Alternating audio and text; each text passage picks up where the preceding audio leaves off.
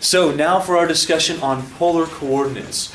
I already handed this out to you guys, but if you are watching this later, get yourself a polar coordinate graph, and don't get dizzy. Ooh, you're tripping out now. Get yourself one of these. It's polar coordinate graph paper. Just type it into the internet and you can find it. This will help you learn how to graph polar coordinates. So this is what these people are going to be using for right now. I'm going to just draw it on the board. I won't draw all these lines and stuff because you'll be able to follow along if you have this. So if you don't have this, get it right now. Press pause and go polar coordinate graph paper, enter, and then print it, and then watch this video. Okay, that was for them. Word. You guys, since I like you guys, I gave you a present, but these people have to find themselves. So, polar coordinates.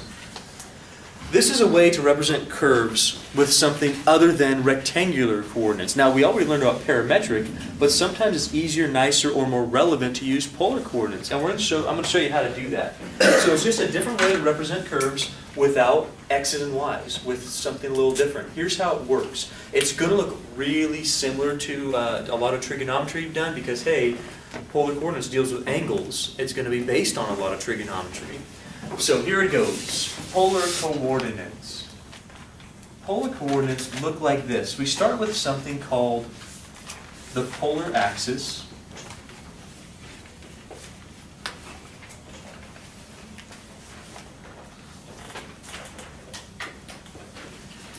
Which takes the place of the x-axis.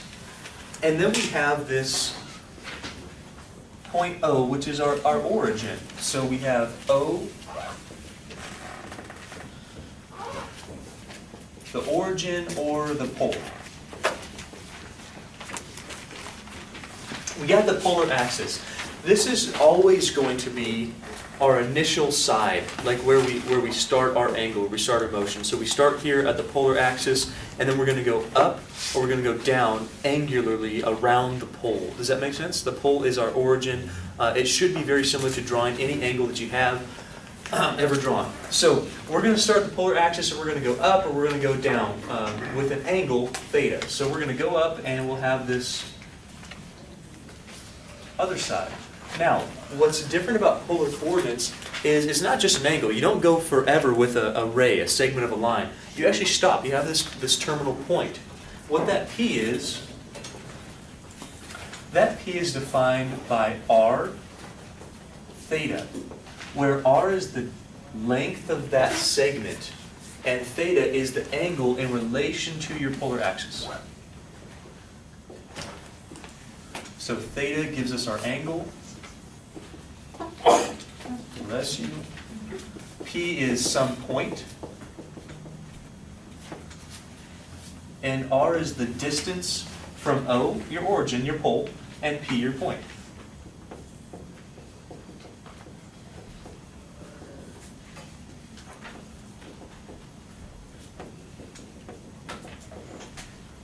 And the most basic sense of it, that's it. Does it look familiar to you at least? We've drawn lots of angles like this. We have our initial side, we have our terminal side for our angle. Now that's just called the polar axis. It goes around a pole. That's our point O, our origin. Goes for some angle, up or down. We'll talk about positive versus negative in just a moment. The distance of that between O and P is our R. It doesn't go forever. You see, in this way, you could actually graph a curve. And here's what it says. You go up a little bit and go out. And then if I wanted to make a curve, I could vary the R, vary that distance, and vary the angle. It would give me a curve around that. Does that make sense? So the R is some sort of a distance. It doesn't just go on forever and ever and ever. That doesn't happen with polar coordinates. So, a couple of little notes for us. If theta is positive, do you guys remember this? If theta is positive, this means that we're going in a certain direction. What direction are we going if theta is positive? Yeah, that's right. Counterclockwise would be positive, clockwise would be a negative angle.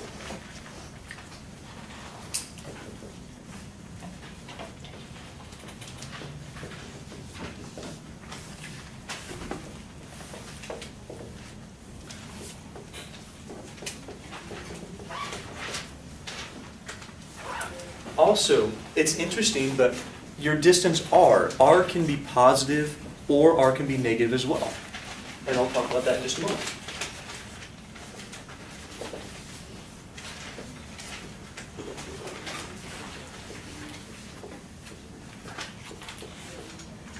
In fact, let me do it right now.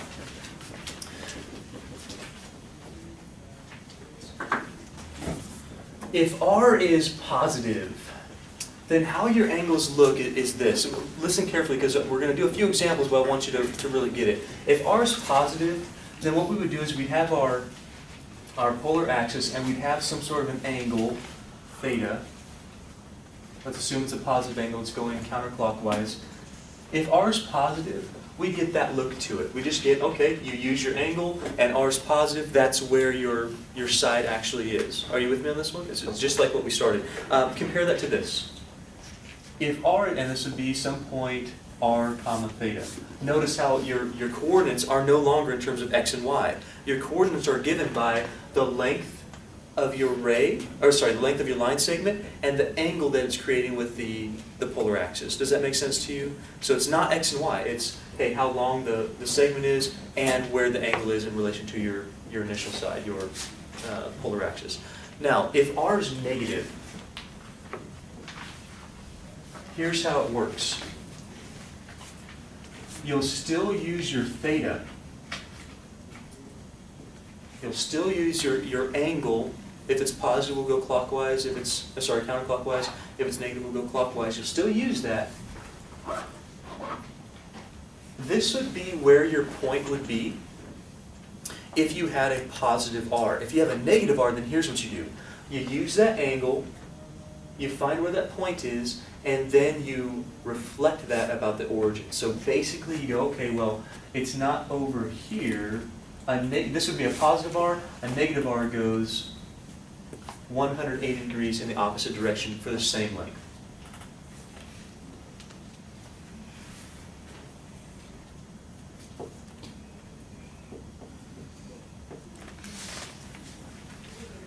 So basically for negative r, we use the theta as normal, and then we just go in the opposite direction. That's the idea. Show of hands if you feel okay with this so far. Now, take out that graph paper. We're going to do a couple examples.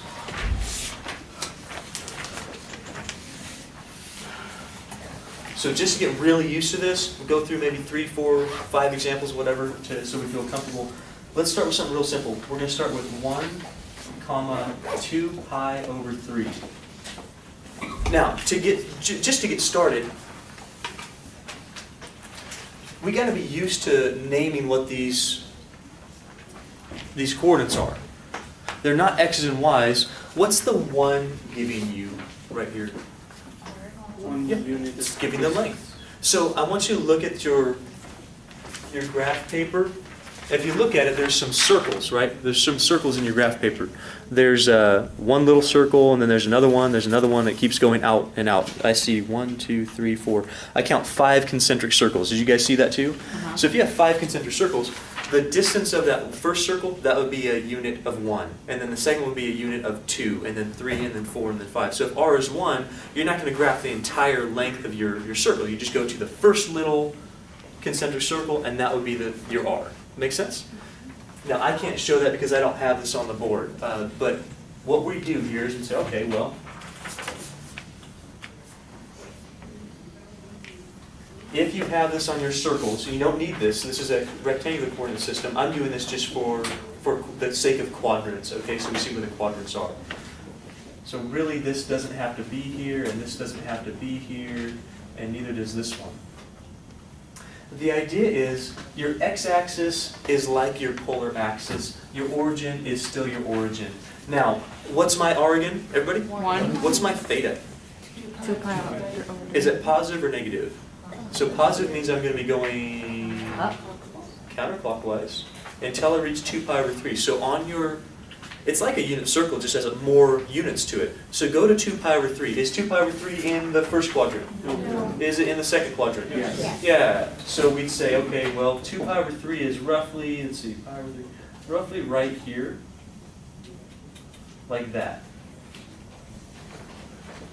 So that's 2 pi over 3. We always label our polar coordinates, always. We label the angle and we label the distance. Are you with me?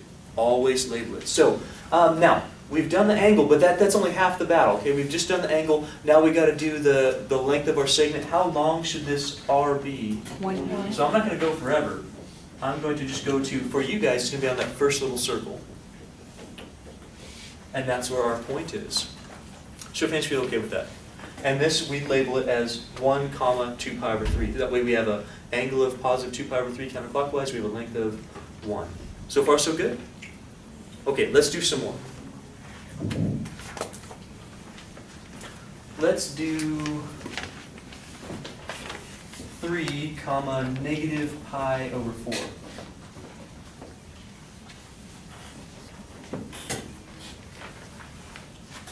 Don't label these x and y axes, they're not. If you labeled it anything, this would be your polar axis, this would be the pi over 2 axis. This would be the polar axis in the negative direction, or the pi axis, 0 over pi. This would be the 3 pi over 2 axis. They're not x's and y's anymore, because we're not even talking about that, okay? We're talking about polar coordinates. So let's start. Here's our polar axis. We're going to start at the origin. What's our r, please? R. 3. Good. What's our angle? 5. Theta. So should I go clockwise or counterclockwise? Clockwise. Say it again.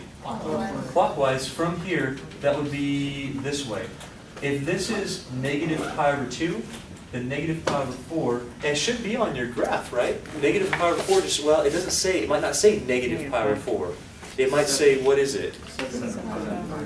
7 pi over 4, that's right. And if you think about that, here's 1, 2, 3, 4, 5, 6, 7 pi over 4 is coterminal with negative pi over 4. Mine's a little off.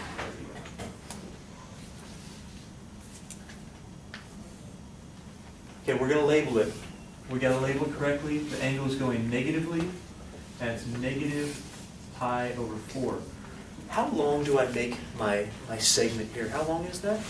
So I'm going to go to, on you guys, the third concentric circle. So 1 would be 1, 2 would be 2, 3 would be 3. On a graph like this is why it's important for you to label it. You don't just put a point randomly like this. You say, okay, this angle is negative pi over 4, and we're going to 3. So we have 3 and negative pi over 4. And you always label that. So here we have 1. Show of hands feel okay with the idea of polar coordinates. Easy, medium, hard? Once you get the hang of it, not too bad. It's just an angle. You know about angles. Now that you have that nice, isn't that graph paper nice? Isn't that kind of cool? Go, oh yeah, it goes out 3. It's kind of nice. So let's continue. We'll do maybe, I don't know, 2 more. I'll show you what to do with negative r's.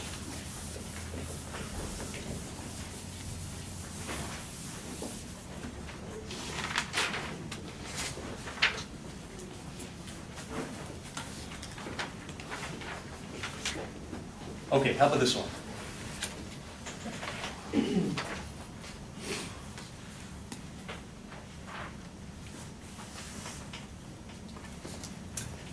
So just get in the habit of it. What's our r, please? What's our theta? Is theta going to move in the counterclockwise direction or the clockwise direction? Counterclockwise. Counterclockwise from our polar axis. How much is it going to go?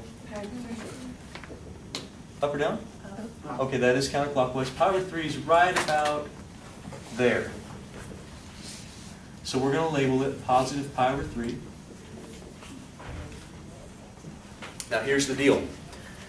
If we have positive pi over 3, we also have an r of negative 2. Wait a minute. So here's what we do. And I showed you this up here. If we stop this at positive 2, is that my correct line? No. What I do is I find the 180 degree opposite ray than that. So for our case, pi over 3, well, we're going to go, what is that line down here? 1, 2, 3, 4 pi over 3. Did you guys find the 4 pi over 3? It's that the graph is kind of nice because you can just follow it straight down, but it would be 4 pi over 3. So we go, okay, cool. So we're going to go down here, we'll have 2. And how we label it, We don't label this as 4 pi over 3. What we label it as is negative 2 pi over 3. We label the original angle that we had, and then we label the negative distance out of that. And that's the idea. Does that make sense to you? So we've had positive angles, we have negative angles, we have positive r. Now let's do one last one. And you guys went to the second concentric circle, correct?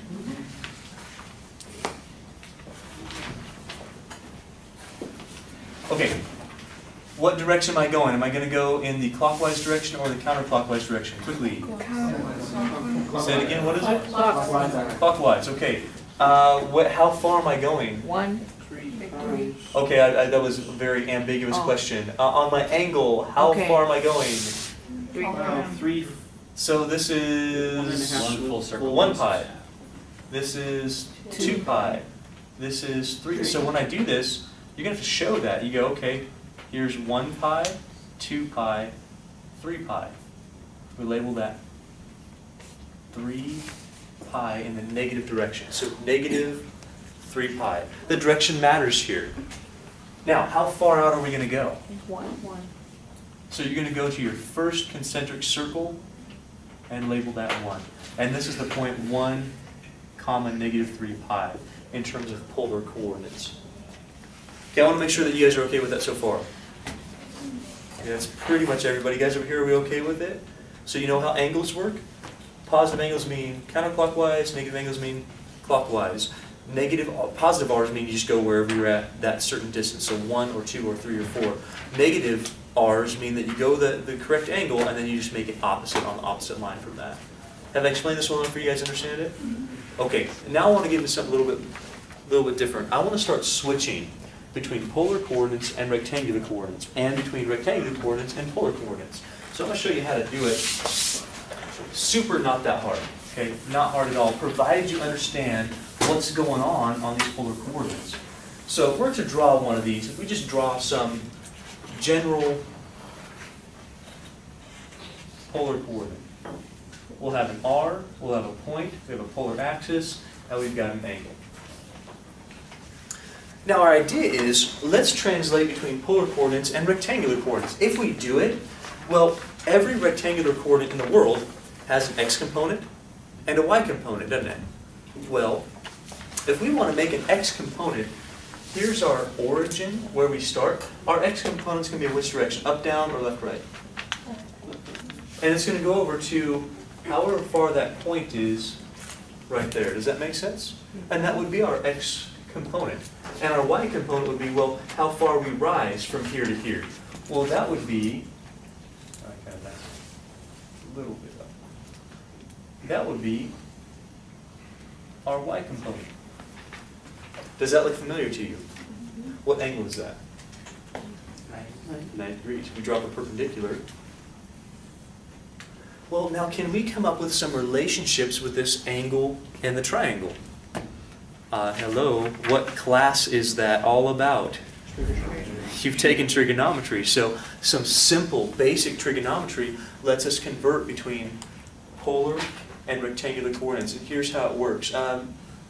We have a couple of relationships with this. We have cosine theta, we have sine theta, we have tangent theta, and then we have the Pythagorean relationship, r squared. Let's go over cosine. We're going to go through very quickly because it's a complete review. Cosine theta is whatever what. Adjacent over hypotenuse. Sine is, tangent is.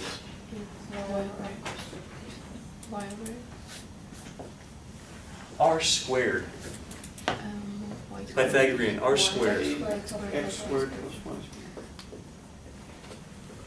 If we do just a little bit of manipulation with this, well, then what we can find is, could you solve this for x? How do you solve it for x? Well, x equals r times cosine theta. Could you solve that for y? Then y equals r times sine theta. Do you guys see it? We just have our x coordinate and our y coordinate. That's really what we need for that. That's it.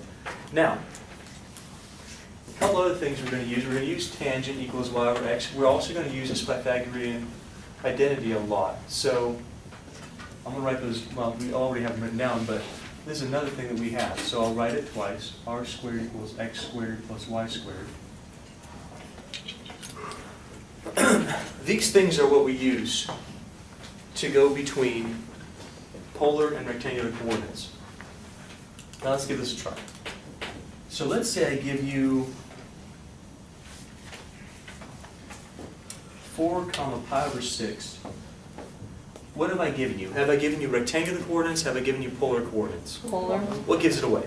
Pi. Yeah, the 4 doesn't, because I mean that could be an x, but that's definitely a polar coordinate because we got the pi over 6. Now here's what I want you to do every time, no matter whether you're going between polar and rectangular or rectangular and polar. I want you to graph these first. Graph the point, because what can happen, especially when you go between rectangular and polar, you can mess up the quadrant.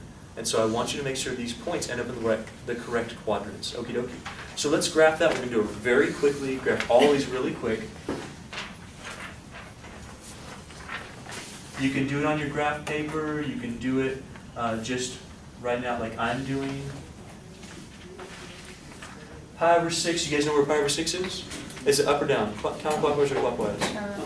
And it's right about there. How far out do we go? So you're going to go 4 concentric circles out. So 4 and an angle of pi over 6. Here's the point. No pun intended, that is the point. But the point is, what quadrant is it in? 1. So we better make sure that when we convert this to rectangular coordinates, that our rectangular coordinates end up in quadrant 1. It's got to be the same point. It needs to represent the same point. Okay, are you sure you're okay with this? Yes. Got to have the same thing. So, do you know what your R is? What's your R? 4. Do you know what your theta is? Pi over 6. Can you convert that using that formula? Yes. It's really easy. So the x coordinate will equal, well, R is 4 times cosine of theta is pi over 6. Might be useful to have a unit circle handy that gives you those relationships for like sine and cosine of pi over 6 or whatever the other ones are that we're going to use. Y. Y is going to equal, well, look up y. Y says take your R, multiply by sine of your theta. And if you do that, you automatically get your rectangular coordinates. Really, really, really nice. X is 4 times, can you tell me what's cosine of pi over 6? Do you know? That's what it is, root 3 over 2. Cosine counts down, sine counts up. 4 times sine of pi over 6. 1. So that means that we're going to get x equals 2 root 3, y equals 2. Can you make a point out of that? So write this as a point. Our point is, what's the x coordinate? 2 root 3. And your y coordinate? 2. So what we're saying here is that this point represented as polar coordinates, pi over 6, 4 comma pi over 6, where we have an angle pi over 6 and length of 4, is also represented by the rectangular coordinate 2 root 3 comma 2. Is it in the same quadrant? X is positive, y is positive. It's got to be up there, and that's exactly how you represent that. Make sense? Mm-hmm. Kind of neat, right? Interesting, at least. Let's do a few more to get the hang of this.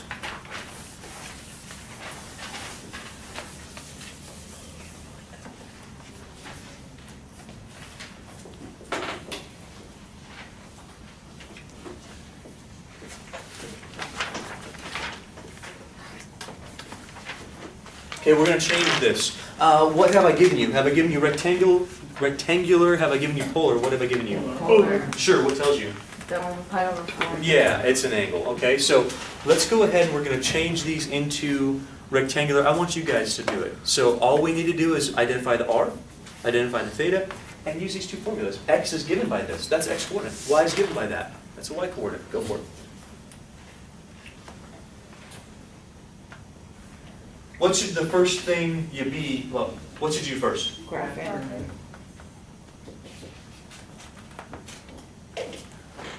Why do we graph these? Make sure it's in the right corner. Because I told you to. But yeah, to make sure it's in the right quadrant. Good Leonard said. Leonard said,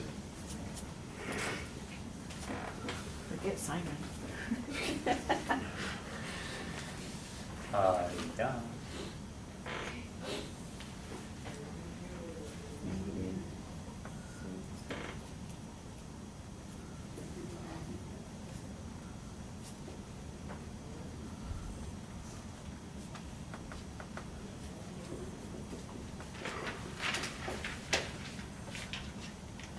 What quadrant did we end up in? Ended up in 3. So our point better be in quadrant 3.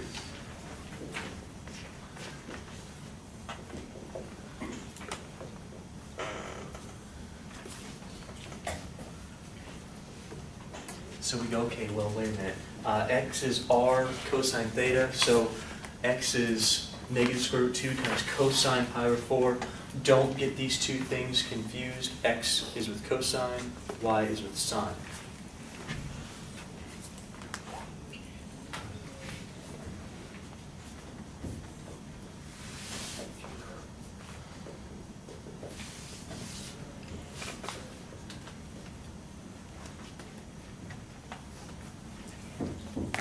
Which I guess that's pretty obvious, right? Because when you have a unit circle, it's cosine sine, isn't it? That's x and y. X and y, same thing. So when we have this, x is negative square root 2 times square root of 2 over 2. And y is negative square root 2 times square root of 2 over 2. Wait a minute, that's interesting. What's this going to give you? Negative 1. Now y is negative 1. Interesting. Can you come up with a point with these two? Yeah. Does that fit well with where we're at on our polar coordinates? Yes. Yeah, that's a 45-degree angle from here. That's right in the middle of our 90-degree angle, and it's down square root of 2. Well, it's down square root of 2. That's 1 squared plus 1 squared, and then we take a square root. So that's exactly what that is negative 1, negative 1. Show of hands feel okay with our changing. Now, we can also go back. We can change between rectangular and polar. So we did from polar to rectangular, now rectangular to polar. This is where the quadrant really does come into play, and you're going to see that on a lot of these examples. So let's say that I give you this one. Negative 1, comma 1. Is it apparent to you that that right there is in rectangular coordinates? It doesn't have an obvious angle. Now, usually I'll be a little bit more explicit here, and I'll say change this rectangular coordinates pair into an ordered pair, rectangular ordered pair, into polar coordinates. I'll tell you explicitly. Right now I'm just going to tell you in words. That's rectangular, we want to change it into polar. Well, what do we need to know in order to change something from rectangular to polar? Right now we have x and y. What do we want to have for polar? We want r, we got to have r. What else do we want? An angle. An angle, theta, that's right.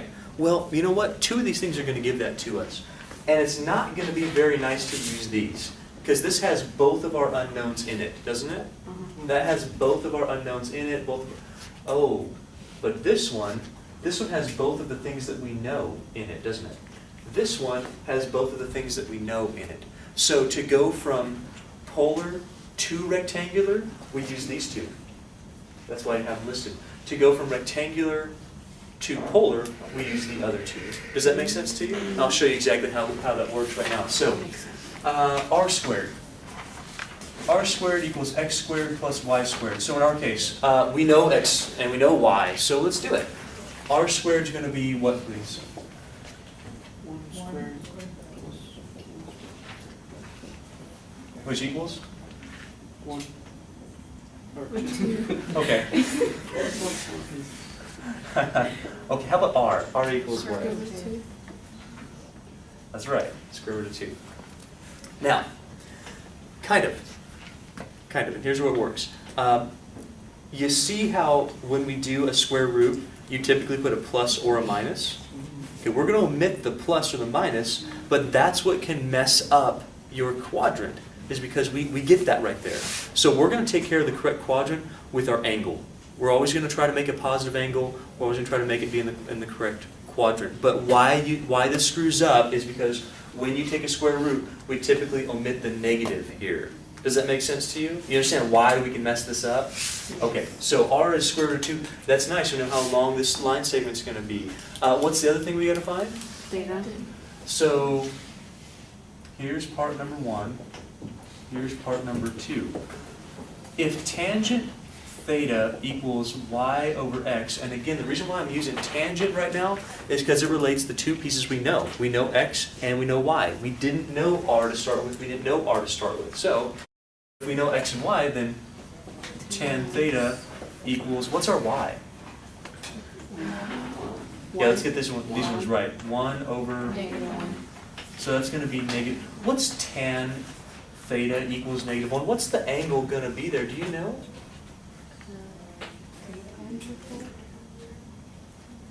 You actually have choices here. There's a lot of angles that are going to give you tan theta equals -1. A lot of them. An infinite number of them. We get to pick the right one. What we're looking for is a positive angle between 0 and 2 pi. We don't want like 77 pi over whatever. I don't want that. Okay? I want something between 0 and 2 pi. I want it to be positive. So let's look at what happened. This is what we should have done first. This was a rectangular system. So if we plot this points, what quadrant is it in? 2. Yeah, it's right there. And what we want is we want to associate the angle to this and the length to this. We want to convert that rectangular point into a polar coordinate. So far, so good? Mm-hmm. We've already done part of it. We know that this distance is going to be the square root of 2. But we got to pick the angle correctly so that we get the positive angle out of it. What you could do, you could say, well, you know what, this is negative pi over 4.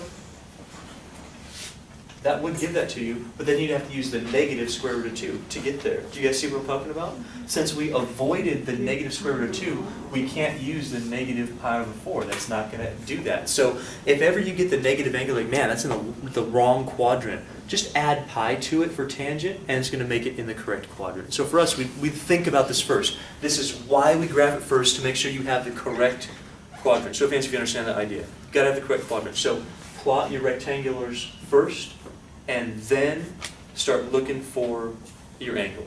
So if we're going to be in quadrant 2, and we have to have tangent of our angle equal -1, we're going to have to be at 3 pi over 4. Using your circle or think back to your trigonometry, this is going to have to be 3 pi over 4. Okay, I need to make sure that this makes sense to you. This to me is a little bit harder than this one. This one's very straightforward. This is a little bit different. Are you guys okay with that one? Yes. Are you seeing how important it is to graph your point first, so you know what quadrant you're in? Okay, now let's put it together. What polar coordinates do we have? What's our point? Root 2, And? 3 pi over 4. That's it. So we know we're going to go 3 pi over 4, and we have a length of square root of 2, and that's it. So far, so good? Are you sure? Okay, let me show you one more, and then we'll go on to symmetry and how to graph these things.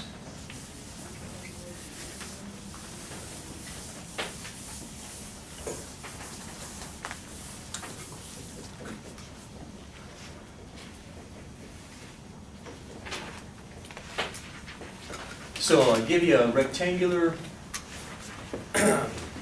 coordinate system, ordered pair. 3, -4. What quadrant is that going to be in? Do you know? 4. So that's going to be 1, 2, 3, 1, 2, 3, 4. So we're going to be down here somewhere.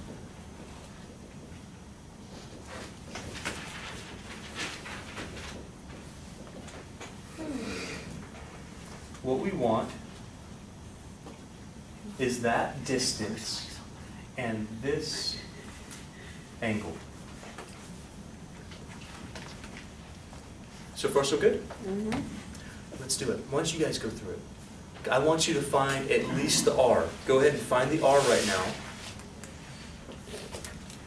And then get down to the trigonometric relationship that's going to allow us to find the theta. So go for it.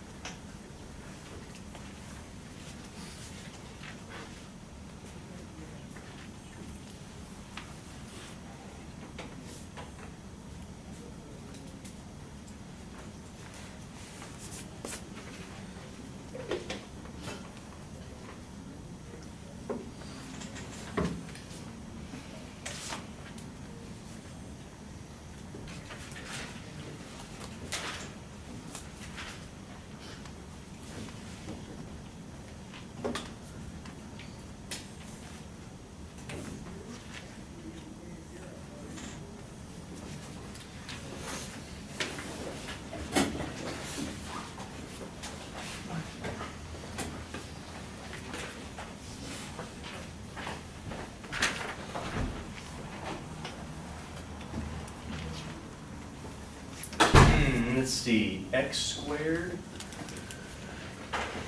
y squared, r is equal to the square root of what? 25. 25, which is 5. Oh, perfect. R is 5. I like it. We already have half of our work done. Did you find R is 5? Show of hands if you got it. Yes. Yes. Perfect, Proud okay. of that. Now, do you notice we're omitting the negative 5? Mm-hmm. Okay. Now, what else do we need? Tangent, theta. Why tangent? Why are we using tangent, not sine or cosine? What's tangent compare? Y over And that's what we X. want. We're given an x and y. So tan theta equals negative 4 Over over 3. Okay. What angle is going to give you negative 4? This one was easy. It's negative 1. It's somewhere that's actually on our unit circle. Yeah. If it had been root 3 over 2, it'd be easy. Or negative root 2 over 2, or negative 1/2, or positive 1/2, or any of those nice ones. If it's not nice like this, or it's not on your unit circle, don't make it harder than it is. How do you solve for angles? Do an inverse. Theta equals tan inverse of negative 4 over 3. You with me on that one? Now, here's the deal. Don't let me mess you up here, but here's the deal. Check it out. This tan inverse is based on negative 4 over 3. Negative 4 over, or 3 comma negative 4. It's going to be in the correct quadrant. It has to be there. But it's going to be negative. This is a negative angle, and I don't want that. So, here's how I know it's negative, by the way. Positive angles give you positive tangents. This is tangent. Negative angles give you negative tangents. Therefore, when I go in reverse, tan inverse of negatives give me negative angles. Tan inverse of positive give you positive angles. This will be a negative angle, but it will be in the correct quadrant. Here's how you remedy that.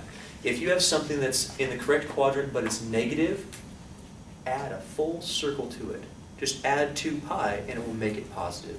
So what we're going to do is we're going to add 2 pi, and this is to make positive.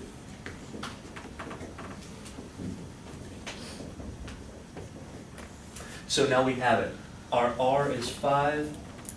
It's going to be ugly looking, but our angle is this. Listen, this is our theta, right? This is an angle. It's tan inverse of negative 4/3 plus 2 pi. It's a stupid looking angle, but that's the angle. That's exactly what that is. Did that one make sense to you a little bit? Could that be considered like an answer you put down, or do you actually have to use the calculator? This is it. This is fine. This is exact, okay? If you put your calculator in radians and you actually do it, you can find an approximation for that. But if you did this in radians, it's going to be negative.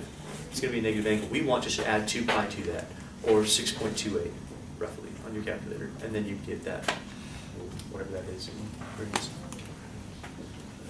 Can we move on a little bit? Okay.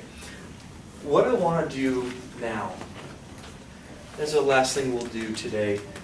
I want to show you how to find a rectangular equation from a polar equation. This is very interesting and very useful for us because we're used to rectangular equations. We're not used to polar equations. We need to get used to them. We need to get used to looking at them and go, oh, that's ellipse. Oh, that's whatever it is. And this is one way that we do that. We start by just changing some basic equations. So right now we're going to convert a polar equation into a rectangular equation.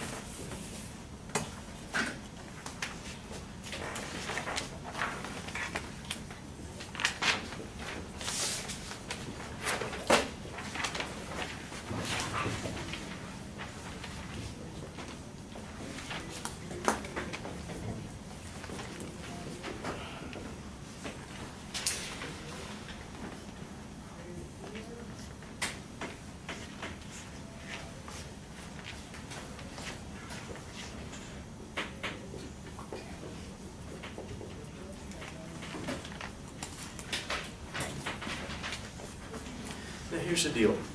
When you convert a polar equation to a rectangular equation, we need something that relates these two ideas. The only thing that really relates these two ideas to us is this, the Pythagorean identity, or the Pythagorean theorem for us. R squared equals x squared plus y squared. That has x's, that has y's, that has r's. You with me? The thetas are going to be tied up in one of these things, so we're not worried so much about that right now. Well, actually, well, I'll show you. I'll show you how that relates. But start with something like the Pythagorean theorem or identity and try to work with it. If you remember, with parametric equations, we actually did something very similar. Remember how we had like x equaled something cosine theta, y equaled something sine theta, and we used the Pythagorean identity to put them together? Really similar idea. So here we go. R squared equals x squared plus y squared. What we're going to try to do, we're trying to make an r squared appear somewhere. Now the only way that I see how to do that is, well, what if I just multiplied both sides by r? Well, then what this is going to, remember, this is what we're trying to get, is r squared equals something. So to use a substitution. So if r squared equals 2 times r times sine theta,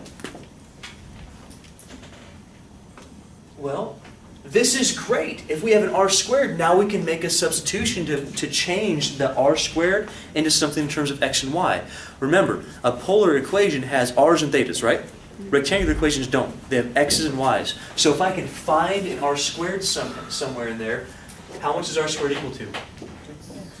X squared plus Y squared. So then r squared becomes x squared plus y squared. This is r squared.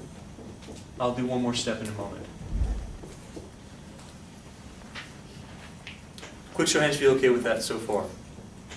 Now, the next part of it. This is kind of fun. Do you remember that x equals r cosine theta? Do you remember that y equals r sine theta?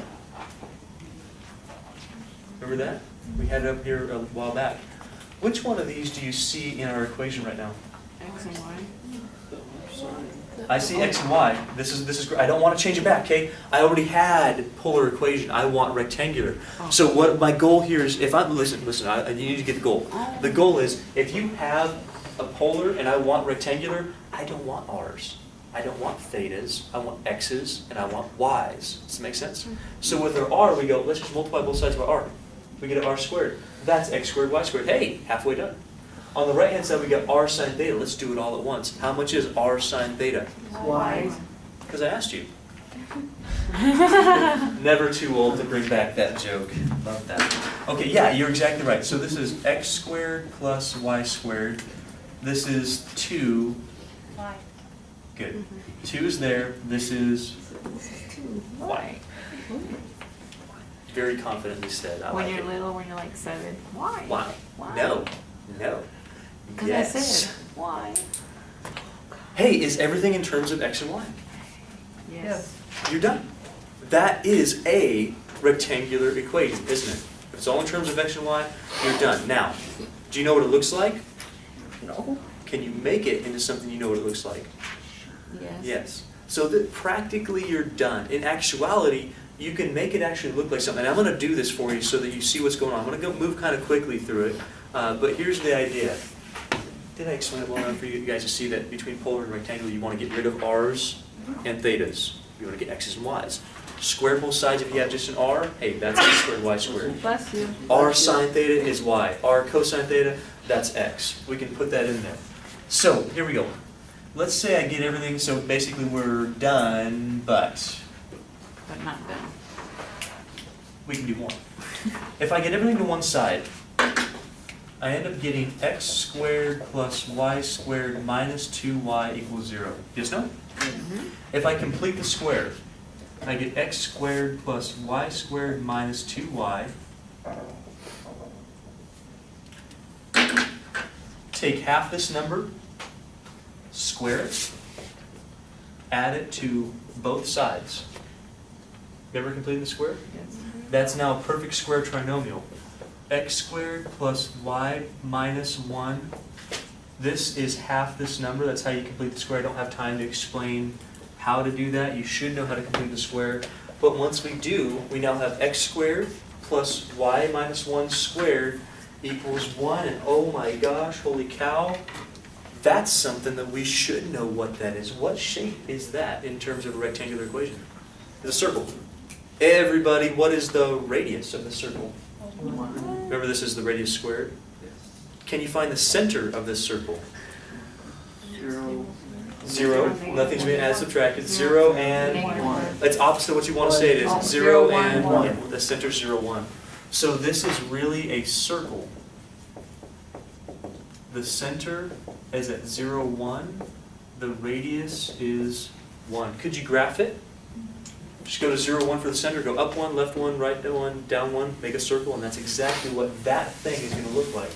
Now, that's a little bit more concise in terms of the equation, but once we get a handle on, oh, well, that's what this looks like, that's a circle, we can start seeing these things a little bit better. We're going to get some really, really cool looking graphs out of our polar equations that we wouldn't be able to get with rectangular, or that would be really hard to get with rectangular.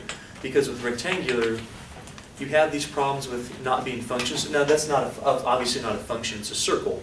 But we have some problems with rectangular equations that just make it really hard.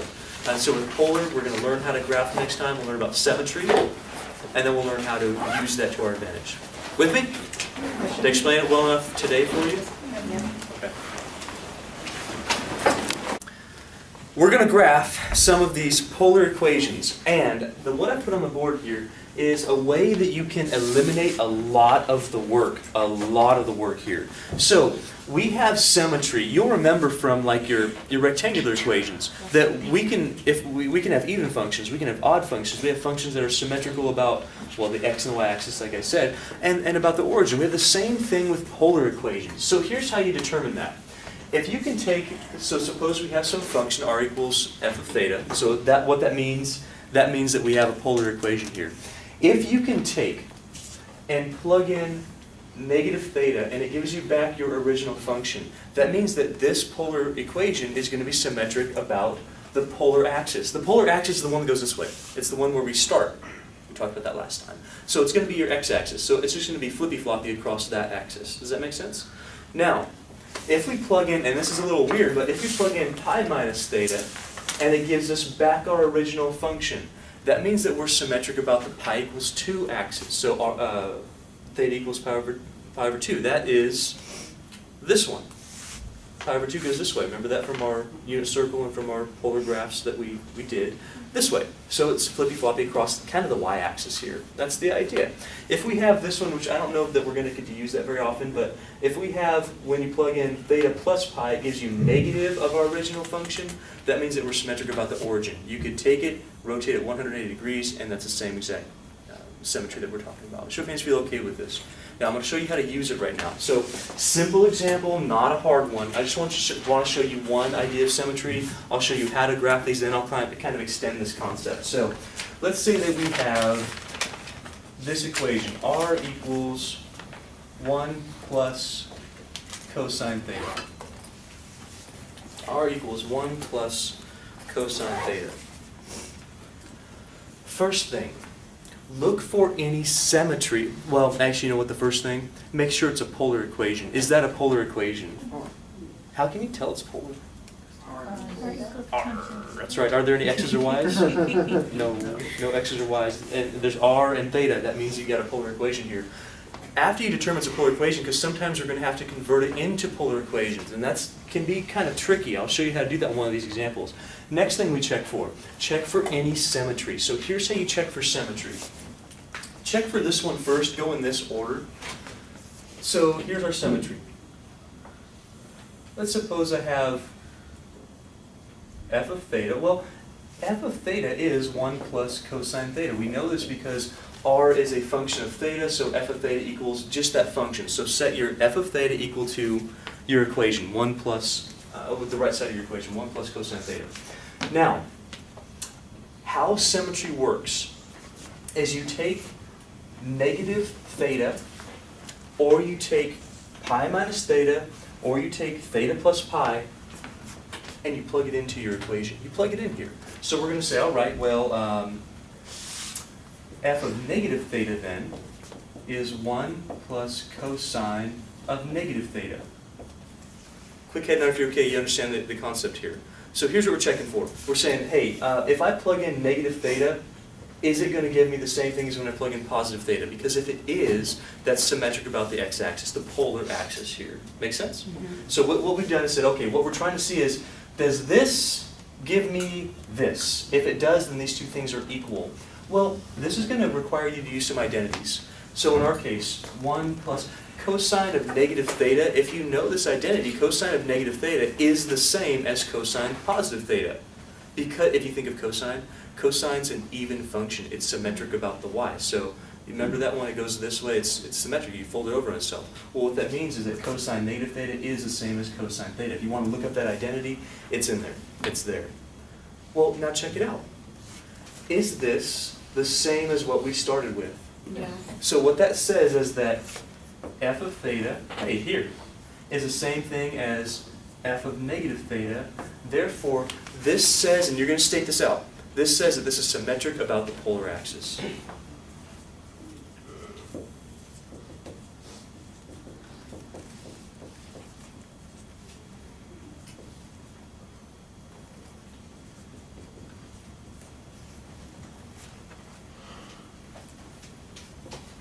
So if you feel okay with that one.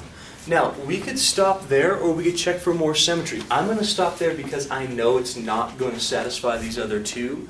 And we can deal with this one a little bit differently than finding every possible symmetry. So here's the idea. Think about this. Think about why this helps you out.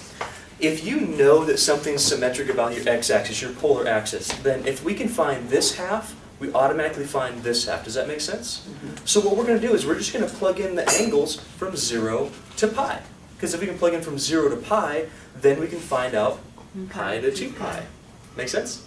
So we use the symmetry to eliminate like half our work, or 3/4 of our work if we have double symmetry, like across pi over 2 and the polar axis. It's kind of nice. So here's how I'm going to show you how to graph it. How to graph it. First thing you do, step 1, plug in points. Step 2, think. That's it. You got to think about it. You got to take those points and think about how the symmetry works. Think about what the points are doing, and I'll show you that right now. This is the reason why we learned how to plot polar coordinates is for this right here. So, one option you have, and this is a really good option, start by creating a table. Now the type of table we're going to use, it almost looks like a graph of x and y. It's like a rectangular system, but you're using r and theta here. Now this is not the graph of our function, it's just a way that you can organize your points. Does that make sense to you? Better than a t-table for us. So here's what we're going to do. We're going to have r on this axis, we're going to have theta on this axis. Use values of theta to find out values of r. Of course, our r is our dependent variable. Theta is the one that you plug in stuff to, okay? That's your independent variable. Plug in this, you get out that. Don't go the other way around. It's really hard to do that. So plug in values of your theta, get out values of your r. Also, plug in values of your theta that are easy. Don't pick up, let's put in pi over 16. That's a good one. No, don't do that. What are some easy values of theta to plug in? Think easier. Think easier. Pi. 0. Let's plug in 0. 0 is a great one. A great one. Now, plug in some other ones. Pi over, what's it? 6, okay. We could do that. We could plug in pi over 4. I'm not going to plug in pi over 6 because we get a good picture without that one. If you need to flesh this thing out more, then you use stuff like pi over 6, pi over 3. Let's plug in stuff like pi over 2. Let's plug in stuff like pi over 4. Let's do stuff like, what's the next one? 3 pi over 4. Let's plug in stuff like pi. Again, can you explain to me why I'm stopping at pi right now? Because if we get half of it, we get the other half. I know I'm symmetric if I go to 0 to pi on this particular graph because I don't have a 2 theta, I just have a theta right here. If I just have a theta, that means I'm going to go from 0 to pi, that's going to be half my graph. The other half is going to be, on the bottom side, it's going to be symmetric about the x-axis. So if you feel okay with this so far? Yes, no? Mm-hmm. Okay, now let's plug them in. We're going to go kind of quickly here because I'm going to assume that you're pretty good at plugging these things in. So let's plug in 0. Where am I plugging in 0? Cosine theta? Yeah, let's plug in 0. What's cosine of 0? Plus 1. So when I plug in 0, notice this is not a polar graph right now. All I'm doing is listing out my points. If I plug in theta equals 0, I get out 2. Does that make sense to you? Okay, now let's plug in pi over 4. If I plug in pi over 4, what's cosine of pi over 4? Root 2 over 2. Root 2 over 2. Plus one. Plus 1, how much is that? One. 1 plus root 2 over 2, wherever that happens to be. So 1 plus root 2 over 2. Okay. That's up. It's above 1. It's not to 2. It's like 2.71, I think, isn't it? Somewhere around You there. mean 1 point. No, I mean 2 because you're adding 1 to it. Mm. So you're right. 1 point. Shoot, figure it out. What is that? I've lost track of my math in my head. 1.7 something? Okay. 1.7, you're right, 1.7. Let's keep going. Pi over 2. If I plug in pi over 2, what's cosine pi over 2? And then plus 1. So we're just using some trigonometry here. All right, how about 3 pi over 4? What's cosine of 3 pi over 4? Negative root 2. Negative root 2 over 2. Okay, so 1 minus root 2 over 2. How much is that? 1 minus root 2 over 2. How much is it about? 3. So we're done. And then lastly we had, so 1 minus, so this is 1. This is 1 minus root 2 over 2. And lastly, cosine of pi. Everybody, what's cosine of pi? Negative 1. 1 plus negative 1 is how much? 0. Okay, so we have this idea. Our radius, our r, is going from 2 gradually down to 0. Does that make sense to you? This is giving you just a picture of what the r is doing, what the length of r is doing. Now, we're going to put these ideas together in our polar graph right now, but I want to know, firstly, are you okay with getting all these points? Show of hands if you are. Is this a polar graph? No, it's just relating theta to r so that we can follow it almost like a t-table for x and y. Now we're going to translate this to a polar graph. So here's pi over 2 axis, here's 0.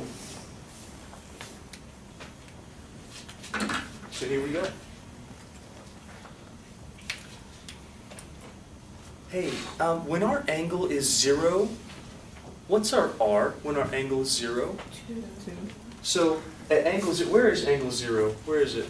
Right on what? Right on the polar axis, so right here. So when we're at angle 0, remember all the graphing we did last time, that's why we did this, so we can plot these points. That's the nice thing about it. So we have this, at angle 0 we have 2. So we have 1 point right there. Show of hands, feel okay with this one so far. Now, where's pi over 4?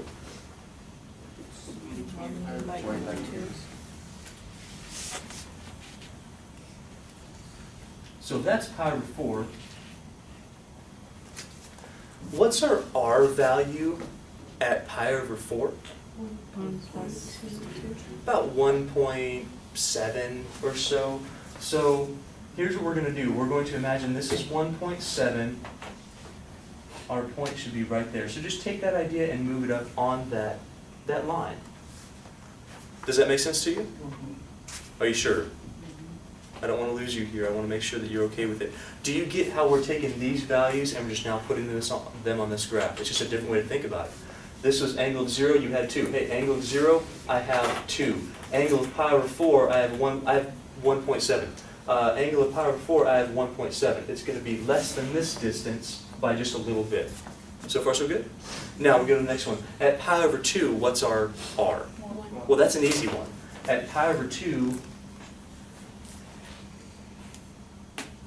we're at 1. That should be a little lower, actually.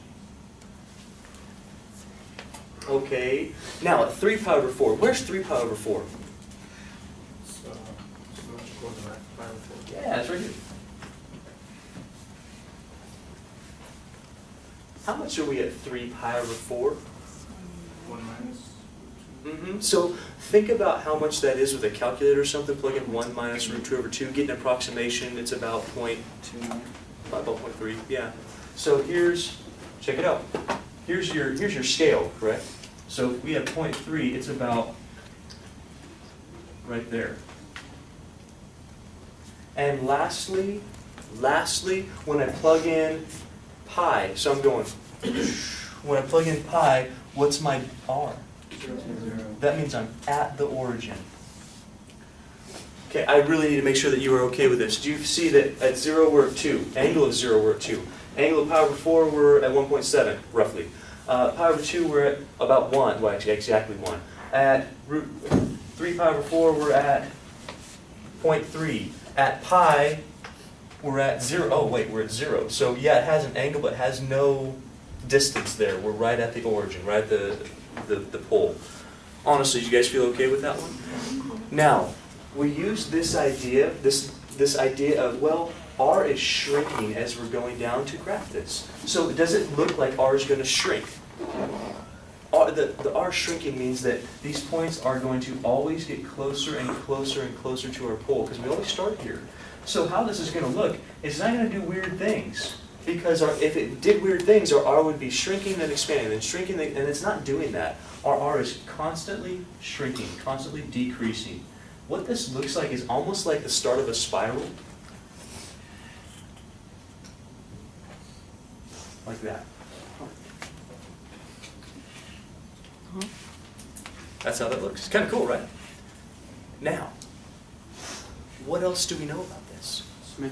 That's why we did symmetry, so we didn't have to graph all the rest of it. So if we know it's symmetrical, then all we gotta do is put these points at the same spots, but on the other side of our axis, and we get this.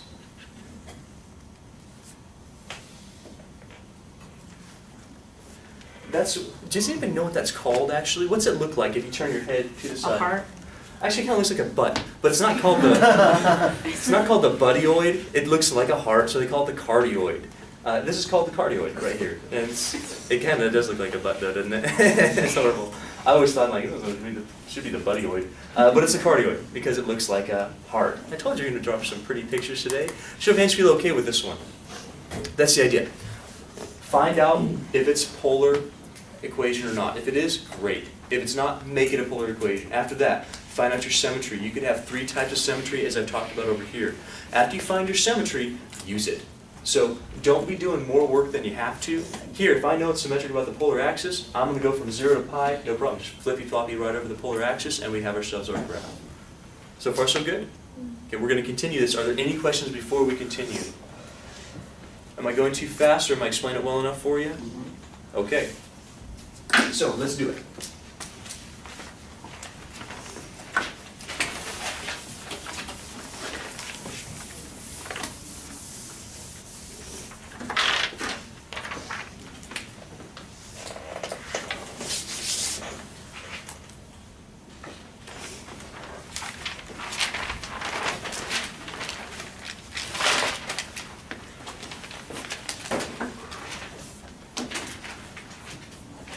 Okay, R equals 2 cosine 2 theta. What's the first thing that we look for in this type of graphing that we're doing? What kind of coordinate it is? Yeah, what type of equation it is. Is it polar? Is it rectangular? What is it?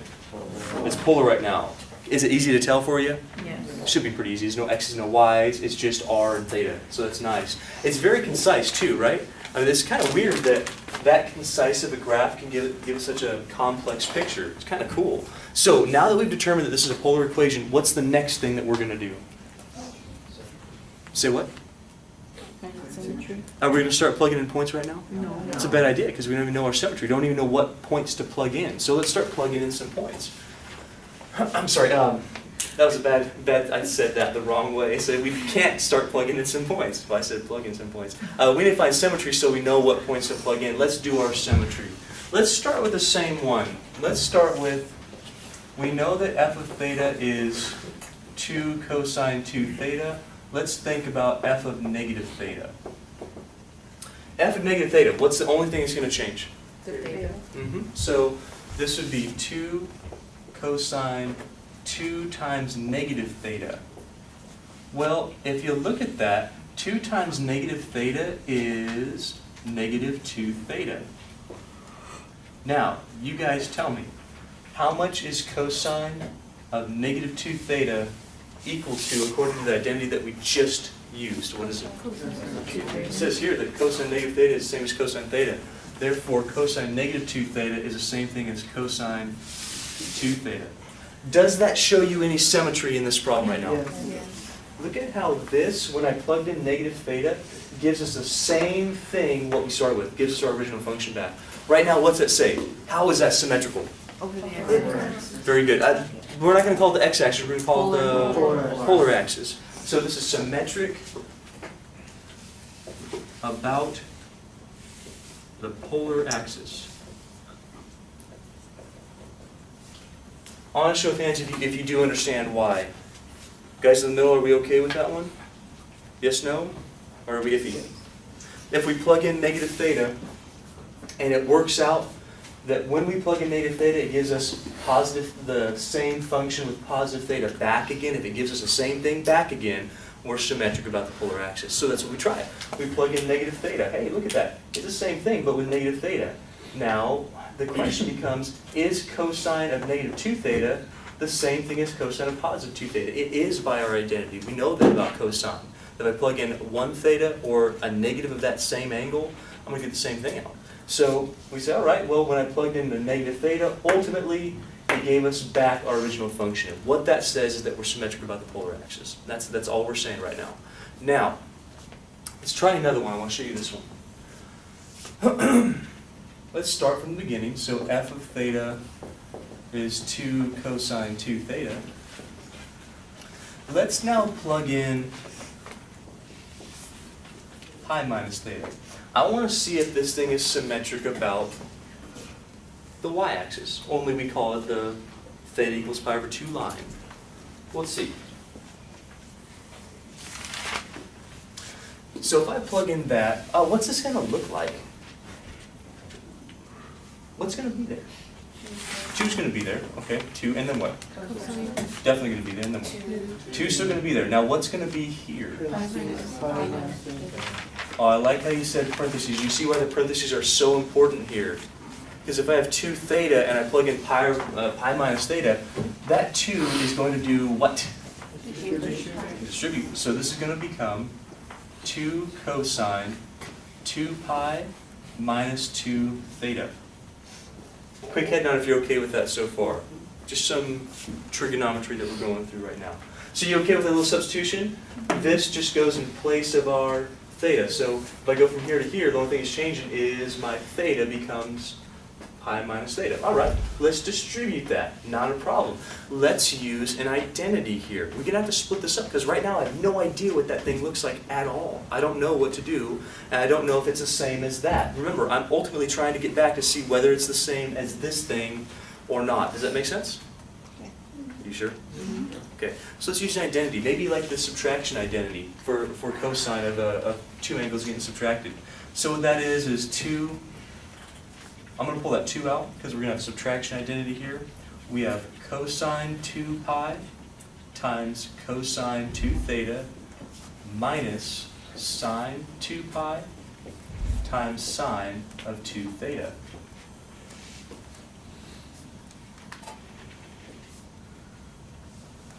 Okay, where am I coming from? Am I making this up? No. Yes, just making it up randomly. It's complete magic. What is that? It's an identity that you would use right now. Have you found that identity yet? Have you looked for it? Hope I have it right. You might want to double check me. Check it out. Do you have that identity down somewhere? Many chapters ago. Yeah, a long time ago in your trig class. It's in the back of your book too. So we go, all right, well, this is the way that the subtraction identity works for cosine. You say cosine of this times cosine of this minus sine of this times sine of that. That's the way it works. So let's keep on going.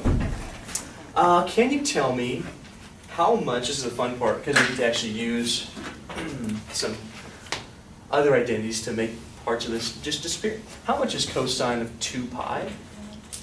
Yeah, same thing as cosine of 0. This whole thing is 1. How much is sine of 2 pi? It's the same thing as sine of 0. How much is it? I hope that you said 0. And we're just mumbling 1 mistakenly. What's 0 times anything? 0. This whole thing's gone. What's 1 times cosine 2 theta?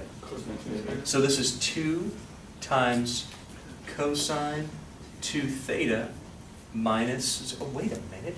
Did it work for us? Yeah, we did. What type of symmetry do we have? Symmetry across what? It's like the y-axis, but we call it the, theta equals pi over 2. So this says symmetry about theta equals pi over 2.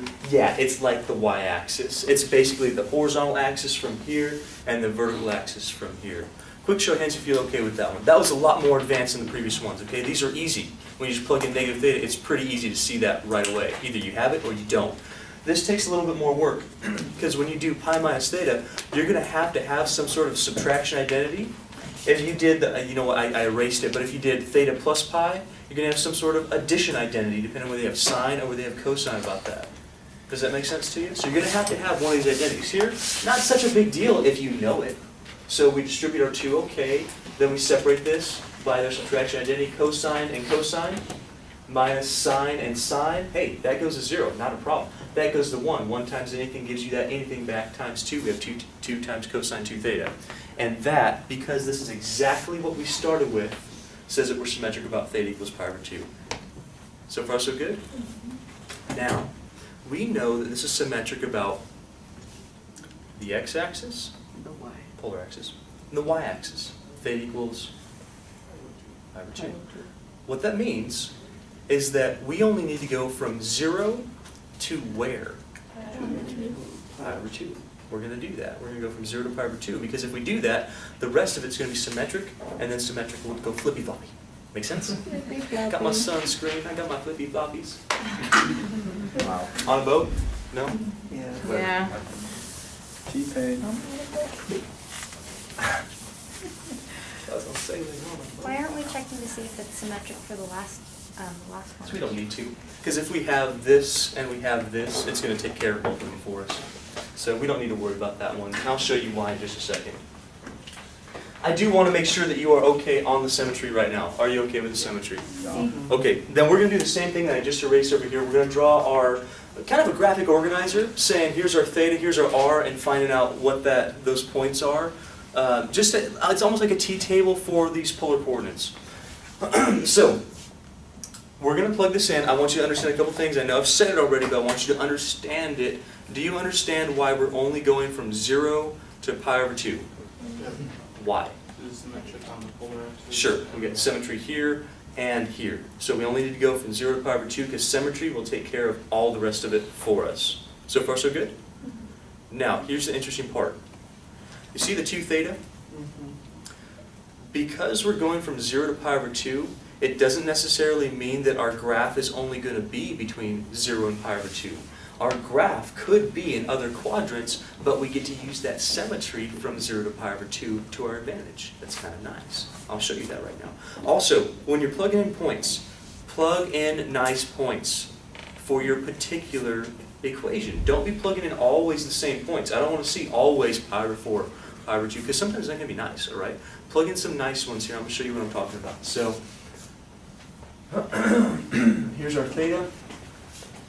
Here's our r. Bless you. How far do we need to go? Where are we going to start?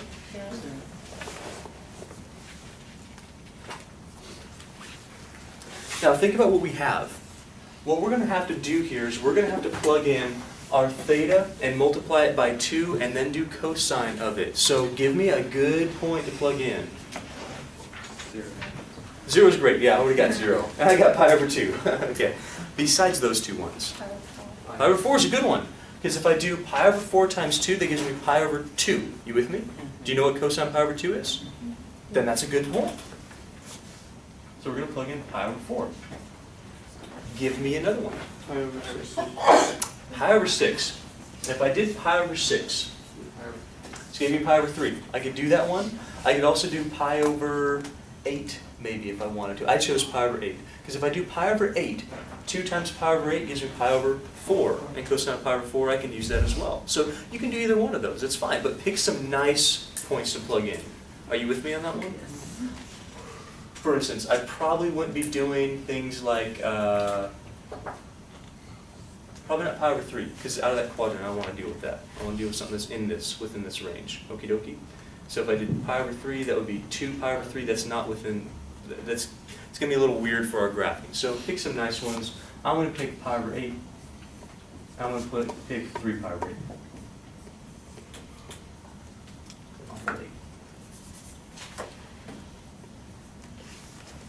Let's give it a try.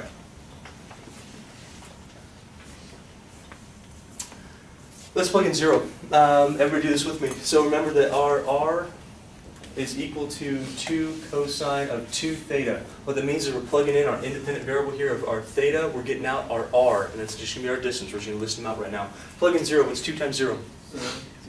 Cosine of 0 is 1 times 2 is start at 2 again.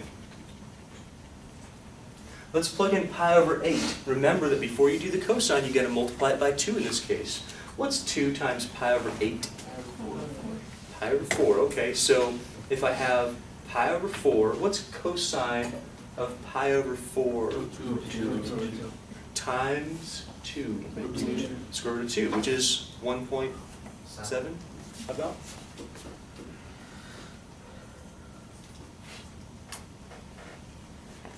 I want to make sure that you guys are okay with that. Are you seeing where these numbers are coming from? Honestly, are you seeing where they're coming from? Okay. How about pi over 4? Let's do that one. Pi over 4 goes here. What's 2 times pi over 4? Pi over 2, very good. What's cosine of pi over 2? 0 times 2 is? 0. Oh, wait a minute, that's weird. Okay, this is weird. Check this out. Let's do 3 pi over 8. 2 times, this is why it's unavoidable right now, but our graph's going to get a little funky. So check it out. 2 times number 3 pi over 8. What's 2 times 3 pi over 8? 3 pi over 4. Okay, 3 pi over 4. 3 pi over 4 is, what's cosine of 3 pi over 4? Negative square root of 2 over times 2 is negative root, wait a minute, negative root 2? Yeah.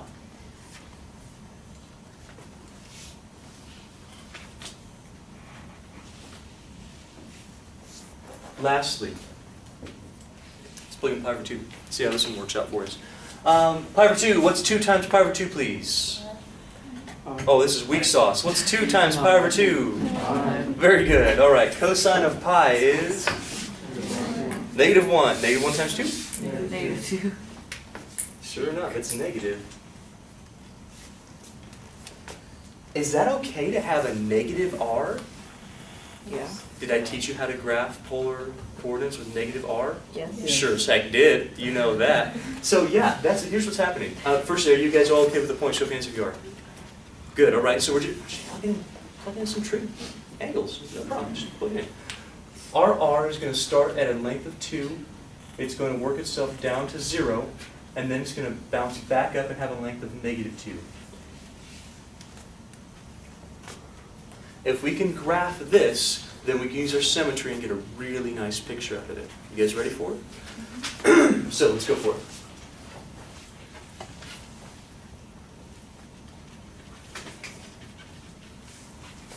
How I'm going to start this one, I'm going to do all these angles first. So all of our, like our dotted lines so that we get our appropriate angle relationships here. So I'll have pi over 4.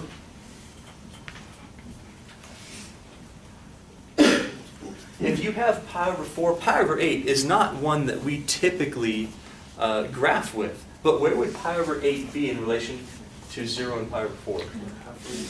Yeah, that's why we're going to use this one, because it was nice to graph with. That's why I picked it, because we go, okay, you know what, pi over 8 is right between them. That's kind of nice to have that right there. That way you're not worried about, well, where's pi over 6 compared to that? One's a little bit lower than that, right? I want pi over, okay. Or, I'm sorry, a little above that. It'd be hard to graph. So pi over 8, and then 3 pi over 8 is right between these two.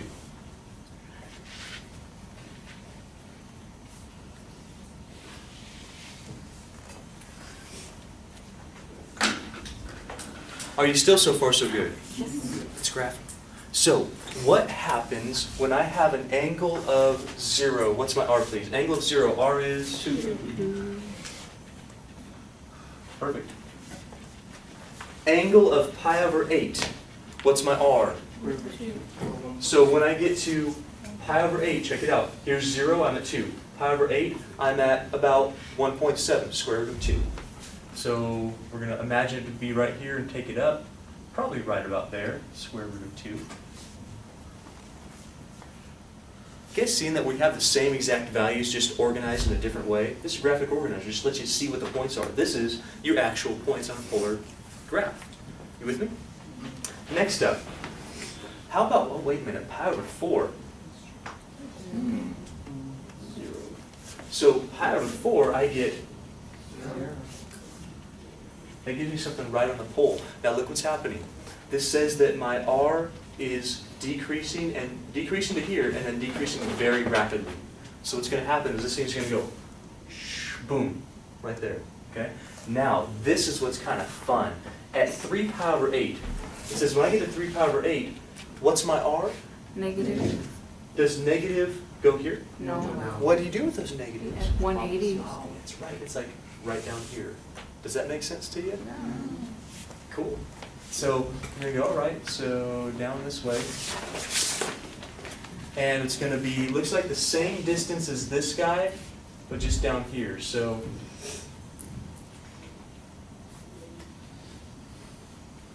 negative square root 2.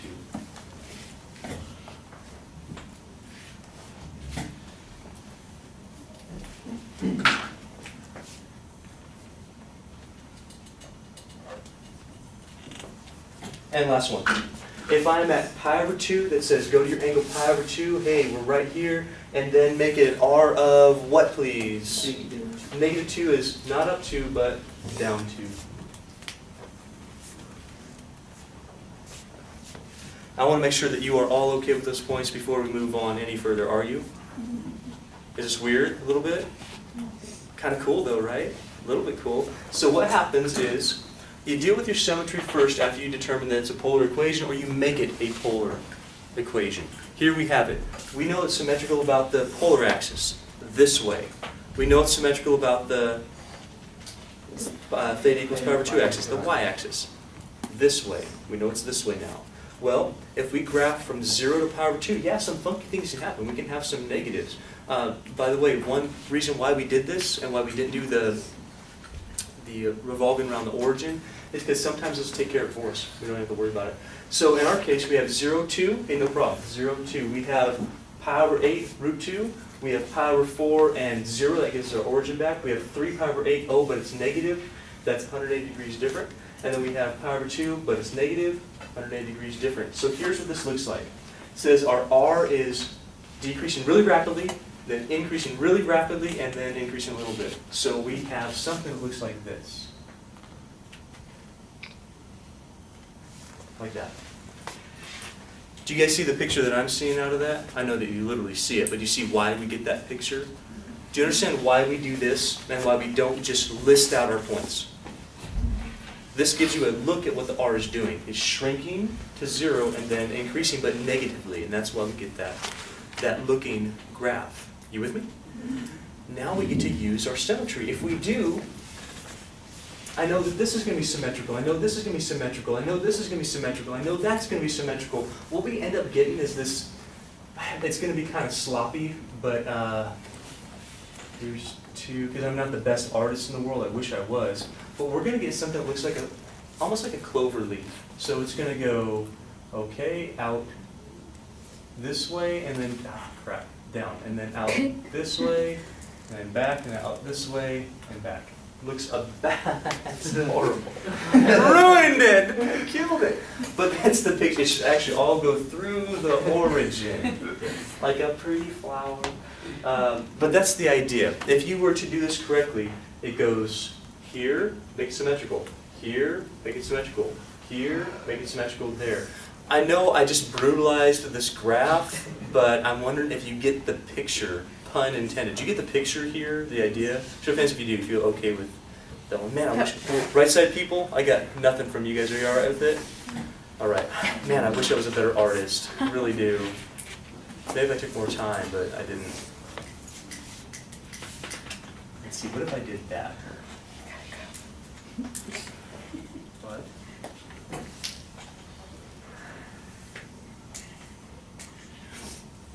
My picture's not good either. That looks at least a little bad. It should look more like that. Still bad. Still bad.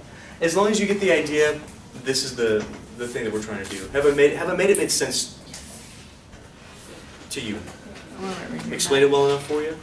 Okay, we're going to go ahead, we're going to do one more. Our last example. It's better on my paper.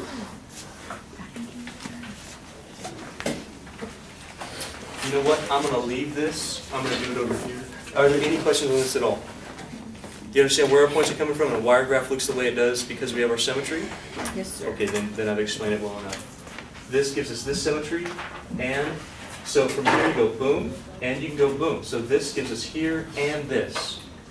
This gives us here and this. This one you can get here, or you can flip it. So it flips basically every way possible because we have symmetry on all of our axes here, which is kind of cool.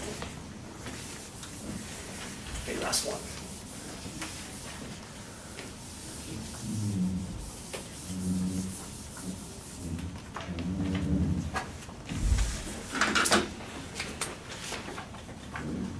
So I want us to sketch this. X squared plus y squared squared equals 4 x squared minus y. Holy crap.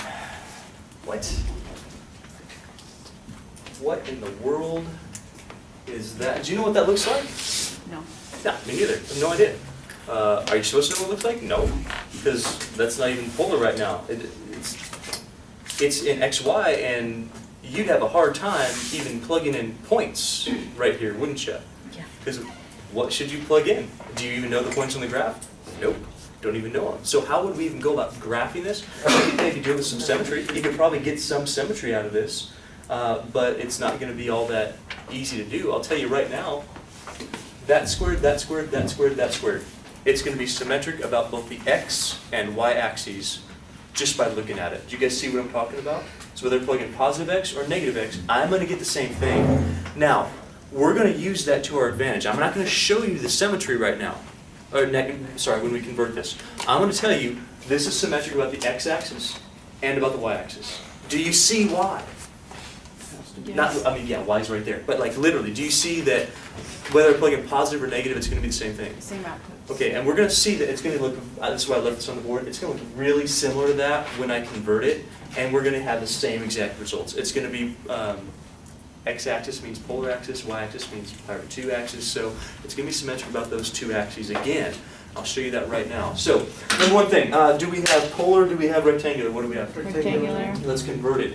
Here's how you convert it. I'm going to go fast, just to give you a taste. This is kind of like an extra example. You don't really need to see this one, but I wanted to give it to you. So here's what we know. Here's our two conversions. Do you remember the next one? X and Y? I know there's an R in there, but is X associated with sine or cosine? Uh-huh.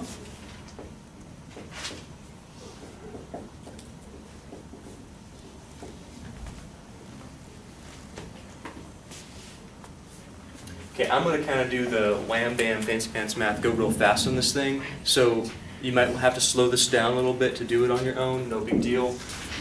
Do you see an R up here? No. I do, right there. I see an R right there. Do you see the R? That's an R. Use that to your advantage. Don't be changing that to R cosine theta squared and R sine theta squared. It'll still work, but it'll take you a lot longer, okay? So if you have an R, man, this is now going to be R squared. Squared. Did you get that? So this is R squared, and then we still have a squared. Equals 4, well, there's not really a good way around this. So we're going to have R cosine theta squared minus R sine theta squared. Well, that's X, that's Y, no problem. So we got R squared squared equals 4.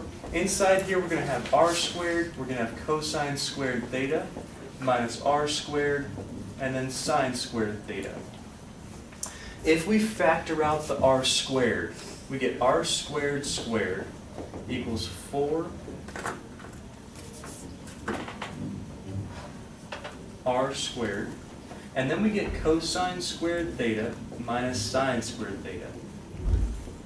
Now's the time where you start using some identities. As soon as you have your cosines and your sines without any other garbage around them, this is R to the 4th, this is 4R squared. This right here, there's an identity that puts cosine squared theta and sine squared theta together. One. It's not 1.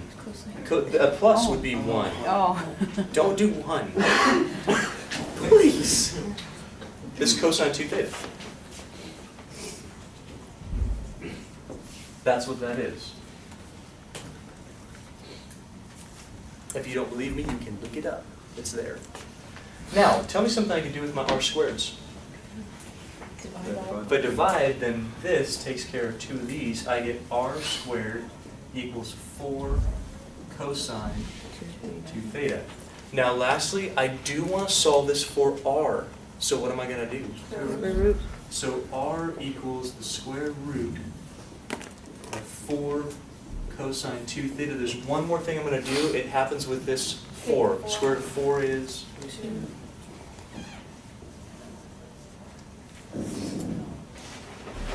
Yeah. That's what I'm looking for.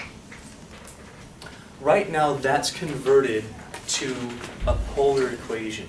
Now, here's the point that I was trying to make earlier. This is what I really wanted you to see. From here on out, you guys are going to be fine, because you know how to plug in points, right? And we can find out symmetry, right? Okay, now here's what I was trying to show you.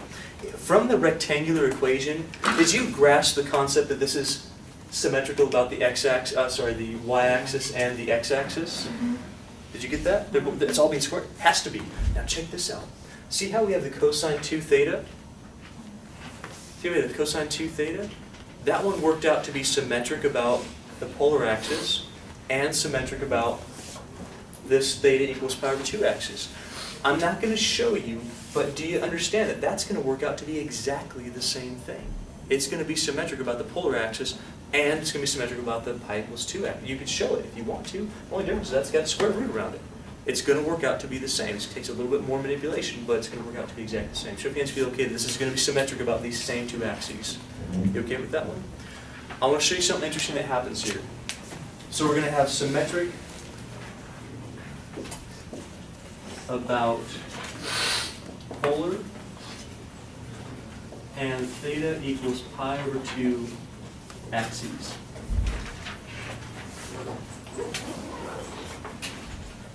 This is what gets just a little bit weird.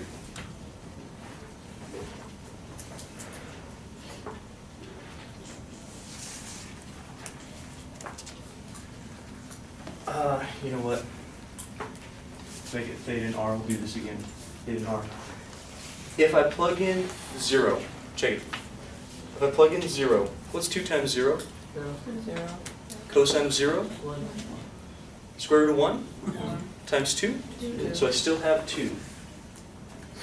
Now, if I plug in, let's do our pi over 8.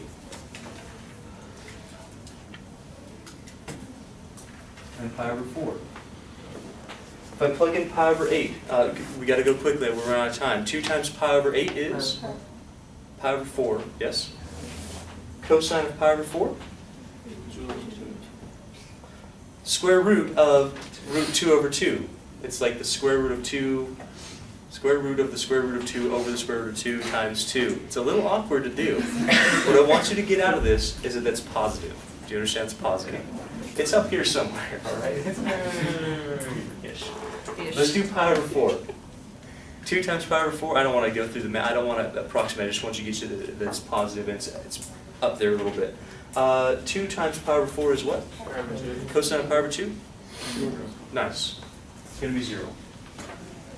So far, it looks really similar to the last one that we did, yeah? But check this out. This is what's important for you. If I try to plug in the next ones, specifically, if I try to plug in 3 pi over 8, or I try to plug in pi over 2, I want to show you just a pi over 2 because you can probably follow a little bit better. Plug in pi over 2. What's 2 times pi over 2? Now listen carefully. What's cosine of pi? What's square root of -1? These are undefined, so I don't have this. It's outside of my domain. Does that make sense to you? So you can show that with domain. You can actually find the domain. And I used to do it that way, but if you plug in the appropriate points, you're going to find your domain. So our graph does this. We don't have some of the symmetry that we had in the last example. So what happens here is we're just going to graph from 0 to pi over 4. At 0, we were at 2. At pi over 8,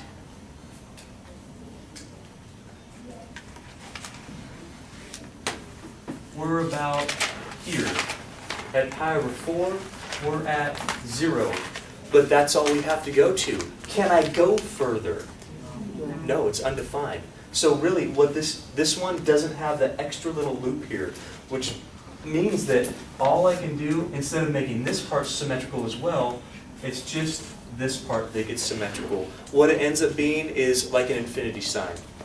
Now I want to stop and make sure that you really do grasp what I just said.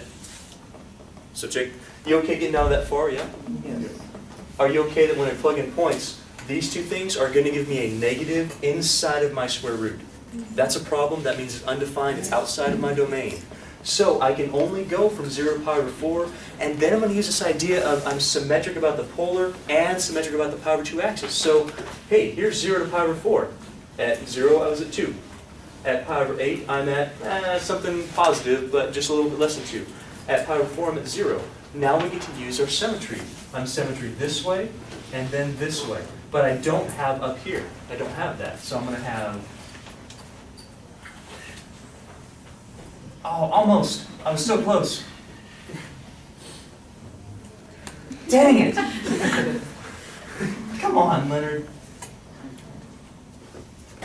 That's the best I can do. That's it. So this part gave us symmetrical here, and then these two parts gave us symmetrical this way. Show of hands if that one made sense to you. Okay, this is the idea. Have I explained it well enough for you guys to get it? Yes. Okay, so find out your symmetry, plot your points to where you need it. If it's undefined, well, you don't have to plot those points. And then just use your symmetry. All right, we're going to do the last little topic on section we're working on finding out how to deal with these polar equations. In the next section, we're going to figure out the calculus of polar equations. So right now, last thing we got to deal with is how to find tangent lines of these things. So I want you to think of this. It's not exactly like parametric, but it acts a lot like parametric. You see, here's the reason why. By the way, this says for x equals r cosine theta and y equals r sine theta. That basically just means this is for use with polar equations. That's all that means. But now look at this. Do you see how x is defined as a function of theta and y is defined as a function of theta? It's not x is defined as a function of y, it's not y is defined as a function of x. So really, they're a lot like parametric equations. Do you see that? So if I want to find a derivative, if I want to find a derivative of y with respect to x, because these guys are not functions of each other, the formula for our derivative is going to start out really similar to our formula for parametric equations. Really similar, because x is defined as a function of theta, y is defined as a function of theta. You following the thought process here? Okay, so let me show you what that's going to be. So remember with parametrics, we had, well, if we wanted to find the derivative of dy, firstly, you know what, I don't want you to ever forget what this is. What is a derivative? What are we doing here? Derivative's a slope, that's right. So when we're finding the derivative, we're finding the slope. Now what's interesting is that with these polar equations, they make some weird curves, right? Weird shapes. We're still finding the slope as we remember the slope. That's why it's dy dx. It's going to be a slope in terms of rectangular idea. So a rise over run idea. Not sure if you understand that concept. So that's why we're not doing, well, let's just find the slope with respect to this or with respect to this. It's dy dx because this is going to give us the actual rise over run. Quick head nod if you're okay with that. So now, when we had parametrics, we did stuff like this. We did, do you remember it? How it was dy dt over dx dt. Do you remember that? Only now we don't have a t here, we have a what? Theta. So instead of dy dt, it's really just dy d theta. Instead of dx dt, it's just dx d theta. So what we're going to do right now is we're going to look at how to find the derivative of dy d theta and dx d theta. So we're going to take this off to the side for a little bit. So remember this idea, this is where we're going to come back to. Let's find out if we want to do dy d theta, what that is going to be. So notice how dy d theta says, okay, that says the derivative of y with respect to theta. That's the derivative of y with respect to theta. Do y'all see where that's coming from? Let's really focus up here for a second. So dy d theta says take the derivative of y, that is y, with respect to theta. Now here's the deal. What do we need to do with this? If I want to find the derivative of this side, we're good to go. What's this do for us? How would we do that? Tell me something that you know about r. Is it a constant? Does r stay the same for all those functions that we drew? No. No, r changed, and it was based on the angle. Do you remember that? How r started at 2 a lot of the times for us on our examples by coincidence, and it ended up going to 0. So is r a constant? Definitely not a constant. But r also was based on theta, wasn't it? For a certain angle, we had a certain r, right? And then it changed for a different angle. What that means is that, and you should know this because we had this the whole time, r is a function of theta. R is a function of theta. Okay, now listen, I'll put this together with your calculus ideas. We've got r times sine theta. Sine theta is clearly a function of theta, yeah? What's going on between r and sine? Product, And what's r? function of theta. So we have a function of theta times a function of theta. What do I need here? Product rule. We need the product rule. You with me? Go ahead, let's do the product rule together, all right? So our product rule says we're going to do the derivative with respect to theta of r. So derivative of the first times the second plus the first times the derivative of the second.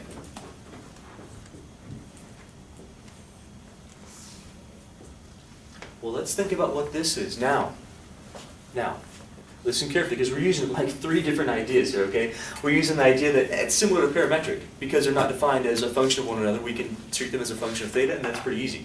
We're using that, well, r is a function of theta, therefore have a product rule going on. Do you understand why we have a product rule going on? Yeah. It's a function of theta times a function of theta. Also, r is a function of theta, but it's not given explicitly. It doesn't say r equals this. It doesn't say that. So if r is a function of theta that's not given explicitly, what type of differentiation do I need to use? Implicit. Implicit differentiation, which means that every time we take a derivative of r, look at this, look at it says, hey, take the derivative of r.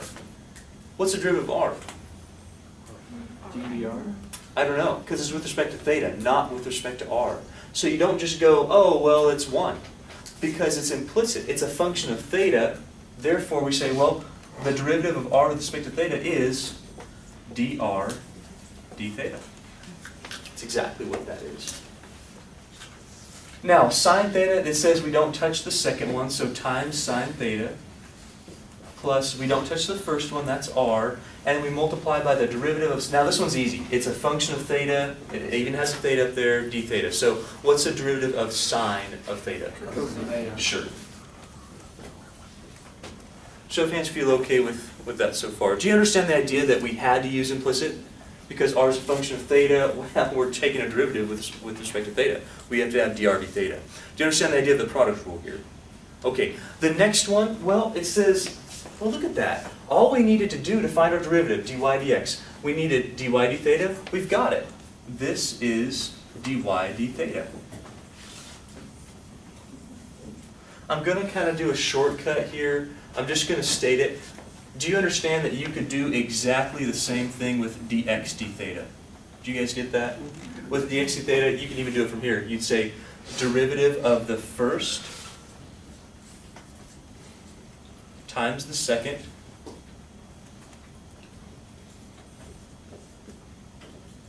plus the first times the derivative of the second, which is negative sign, hence we get a minus theta.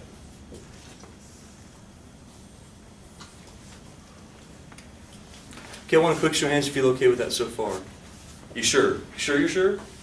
All right, let's put it together. So we have this. We said, all right, no problem. Dy d theta, this stands for a slope, just like we always think of a slope. So even though we have these weird shapes that we're getting on these polar equations, the slope is still the slope. It's still rise over run. Hey, look at that.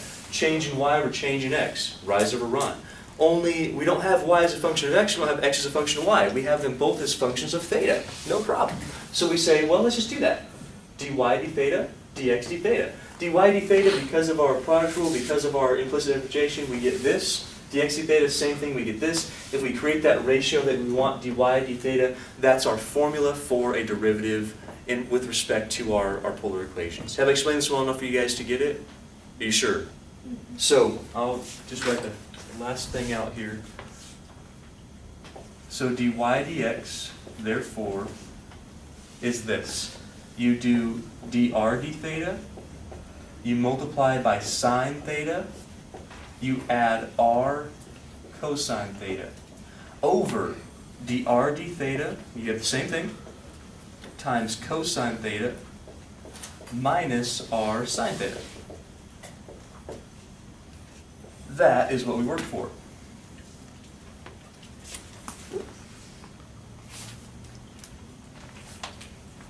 Now again, we're working towards finding our tangent lines, okay? So one part of finding tangent lines is being able to find the slope, because we know that where we have horizontal tangent lines, I'll write this down at the very end, we're not actually going to do an example with this, but where we have horizontal tangent lines is where the slope is 0, or where the numerator would equal 0. Does that make sense to you? Where we have vertical tangent lines is where we're undefined, where the denominator would equal 0. You with me? Okay, so we're going to talk about that in just a little bit, but our first step is actually finding the slope. So let's go ahead, let's do one quick example. I'm going to give you a polar equation here, r equals that. You know what, just out of curiosity, does anybody remember what that shape is? It's cardioid. That's the cardioid, that's right, that's the cardioid. Remember that one? But That's the, no, I shouldn't have said that. It's not the buddyioid. Yeah, it's the cardioid, and it's this way. It's to the side.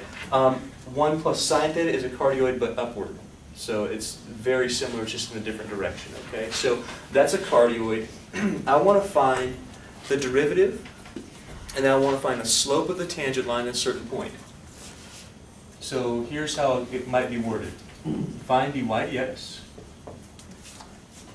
And the slope of the tangent line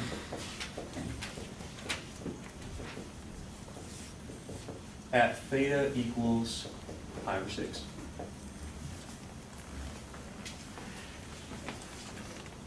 Okay, let's do it. If you look back at this, check this out. Look, I want to show this to you before we actually get right into our example. What you need to know in order to do your derivative is pretty straightforward. It says, can you find dr d theta? yes, Here's r. Could you take a derivative of this? yes. That's dr d theta. So dr d theta is just a derivative of this with respect to theta. You get me? So you find that first. Let's do that first. So dr d theta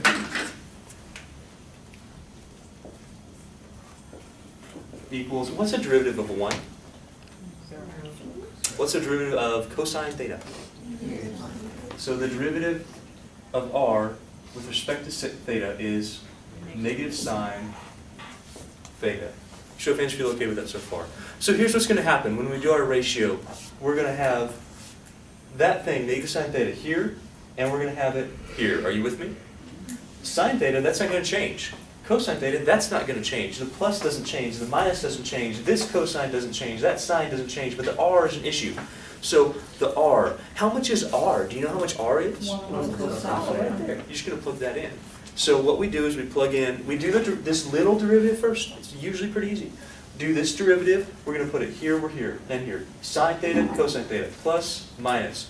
Cosine theta, sine theta, and then we're going to input whatever our r is into our formula. Why don't you guys go ahead and try to do that on your own? Just create our dy d theta right, or dy dx right now. I'll do it on the board. We'll see if we come up with the same thing.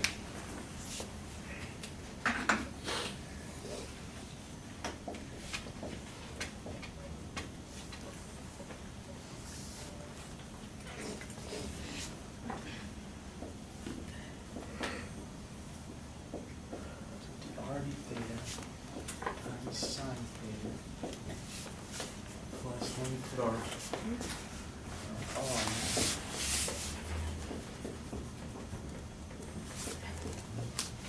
And then we put cosine theta. And we have over the same thing. Cosine theta. We put our plus, then we do r.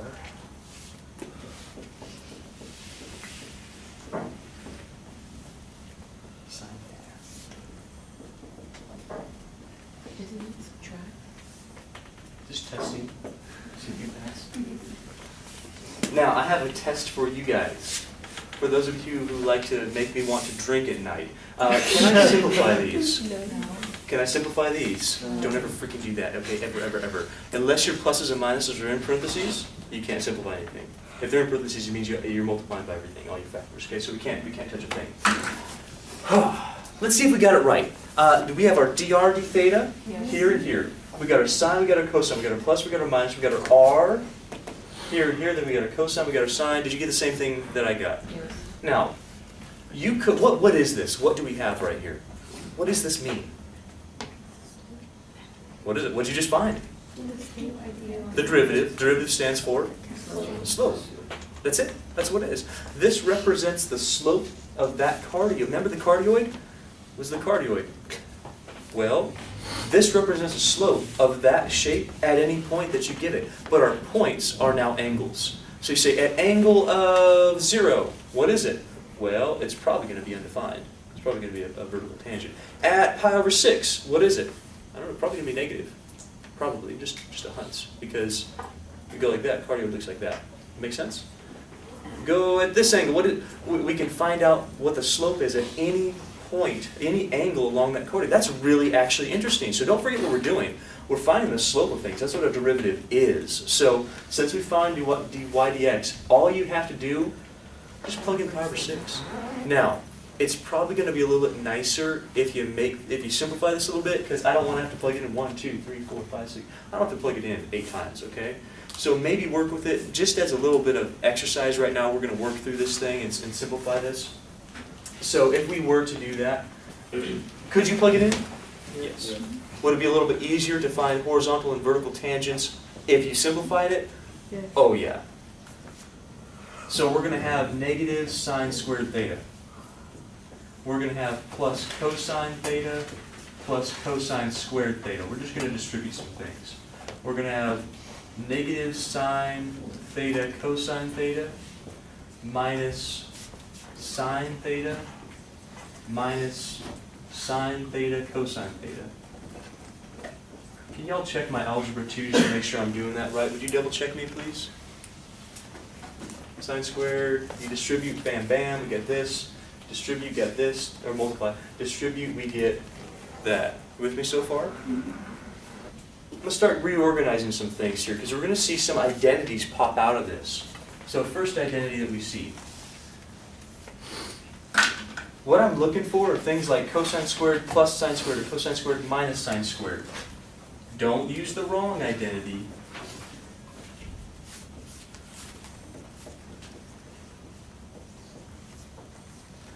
I'm looking for common terms or like terms.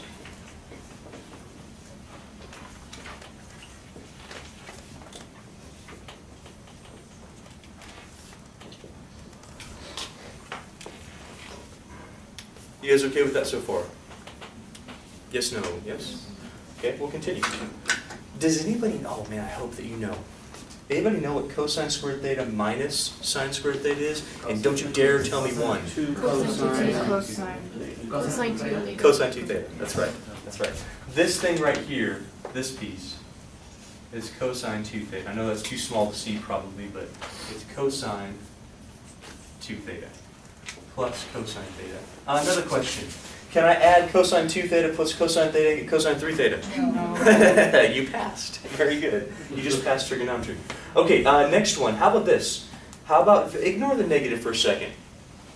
Just look at 2 sine theta cosine theta. There's another identity right there. That's sine 2 theta. That's right. So we're going to have this piece right here, negative sine 2 theta minus sine theta.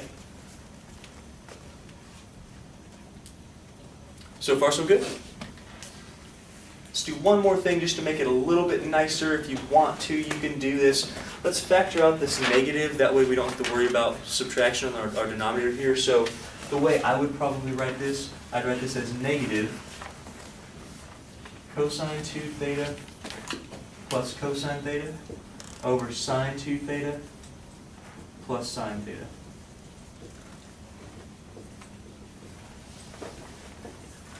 That is our derivative.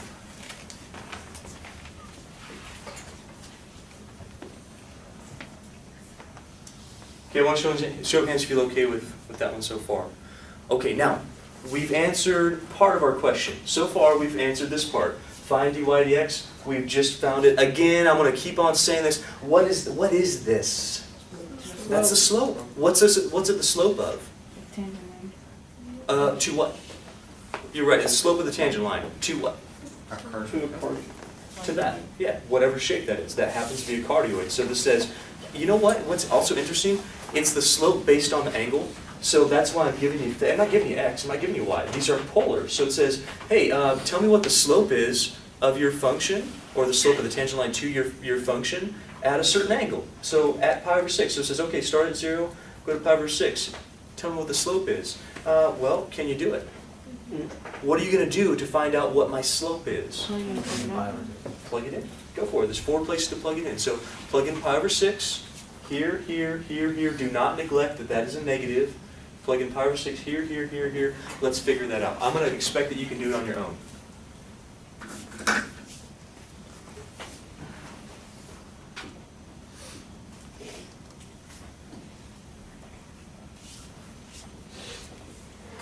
So dy dx evaluated at theta equals pi over 6, or in other words, m, the slope of our tangent line evaluated at pi over 6.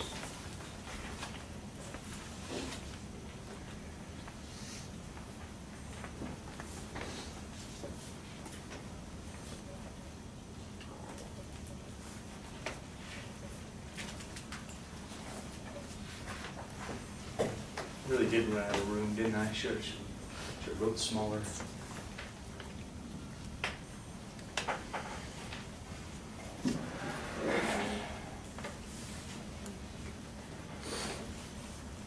I'm going to do most of it in my head. So if we plug in pi over 6 here, what's 2 times pi over 6? What's cosine of pi over 3? It's 1/2. Did you remember your negative? 1/2 plus. What's cosine of pi over 6? Okay, keep going. Remember, we're plugging in pi over 6. That's why we're evaluating this. Plug in, what's 2 times pi over 6? What's sine of pi over 3? You're going to see why we factored out the negative in just a hot second. What's sine of pi over 6? What is that? Now, you don't need to go further than this, and here's why. You have 1/2 plus root 3 over 2. You have root 3 over 2 plus 1/2. What is that? That's 1. That's actually, it's negative 1. Didn't we talk about the cardioid shape like? The cardioid shape like this. You have this heart shape on its side. And we said that at pi over 6, so it's kind of like this. Kind of like that. Here's 0. At pi over 6, you're about right there. What we're finding is a slope at that point. What's the slope going to be? It should be negative, because at pi over 6, our tangent line's going like that. It turns out our slope is negative. It's just negative 1. So what we found, and which is really kind of cool, we found the slope of a polar equation, a polar graph at a certain angle. Show of hands if you understand the concept here. It's a really cool idea. Now, I'm just going to wrap this thing up here real quick. I'm going to write down here. If you wanted to find horizontal tangents, I mentioned it earlier.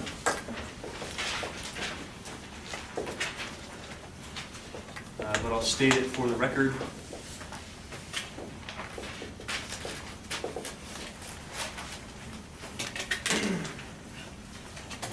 Horizontal tangents are going to happen where the top of your derivative, your numerator, your main numerator, where the main numerator of your derivative is equal to 0. Vertical tangents happen where your derivative is undefined, or where the main denominator of your derivative is equal to 0. So in other words, look at the main numerator is just dy d theta. The main denominator is just dx d theta. So if you want to find horizontal tangents, what would we set equal to 0? Yeah, we'd set the top. So for horizontal tangents, we just do dy d theta equals 0. For vertical tangents, we do dx d theta equals 0. And that's going to give you the angle, the theta, at which you are going to have either vertical or horizontal tangents. Have I explained this well enough for you? It's very similar to parametric. If you think back to parametric, do you remember that? Yeah. We had dx dt for vertical, we had dy dt for horizontal. And now our t is really just a theta. So far, so good?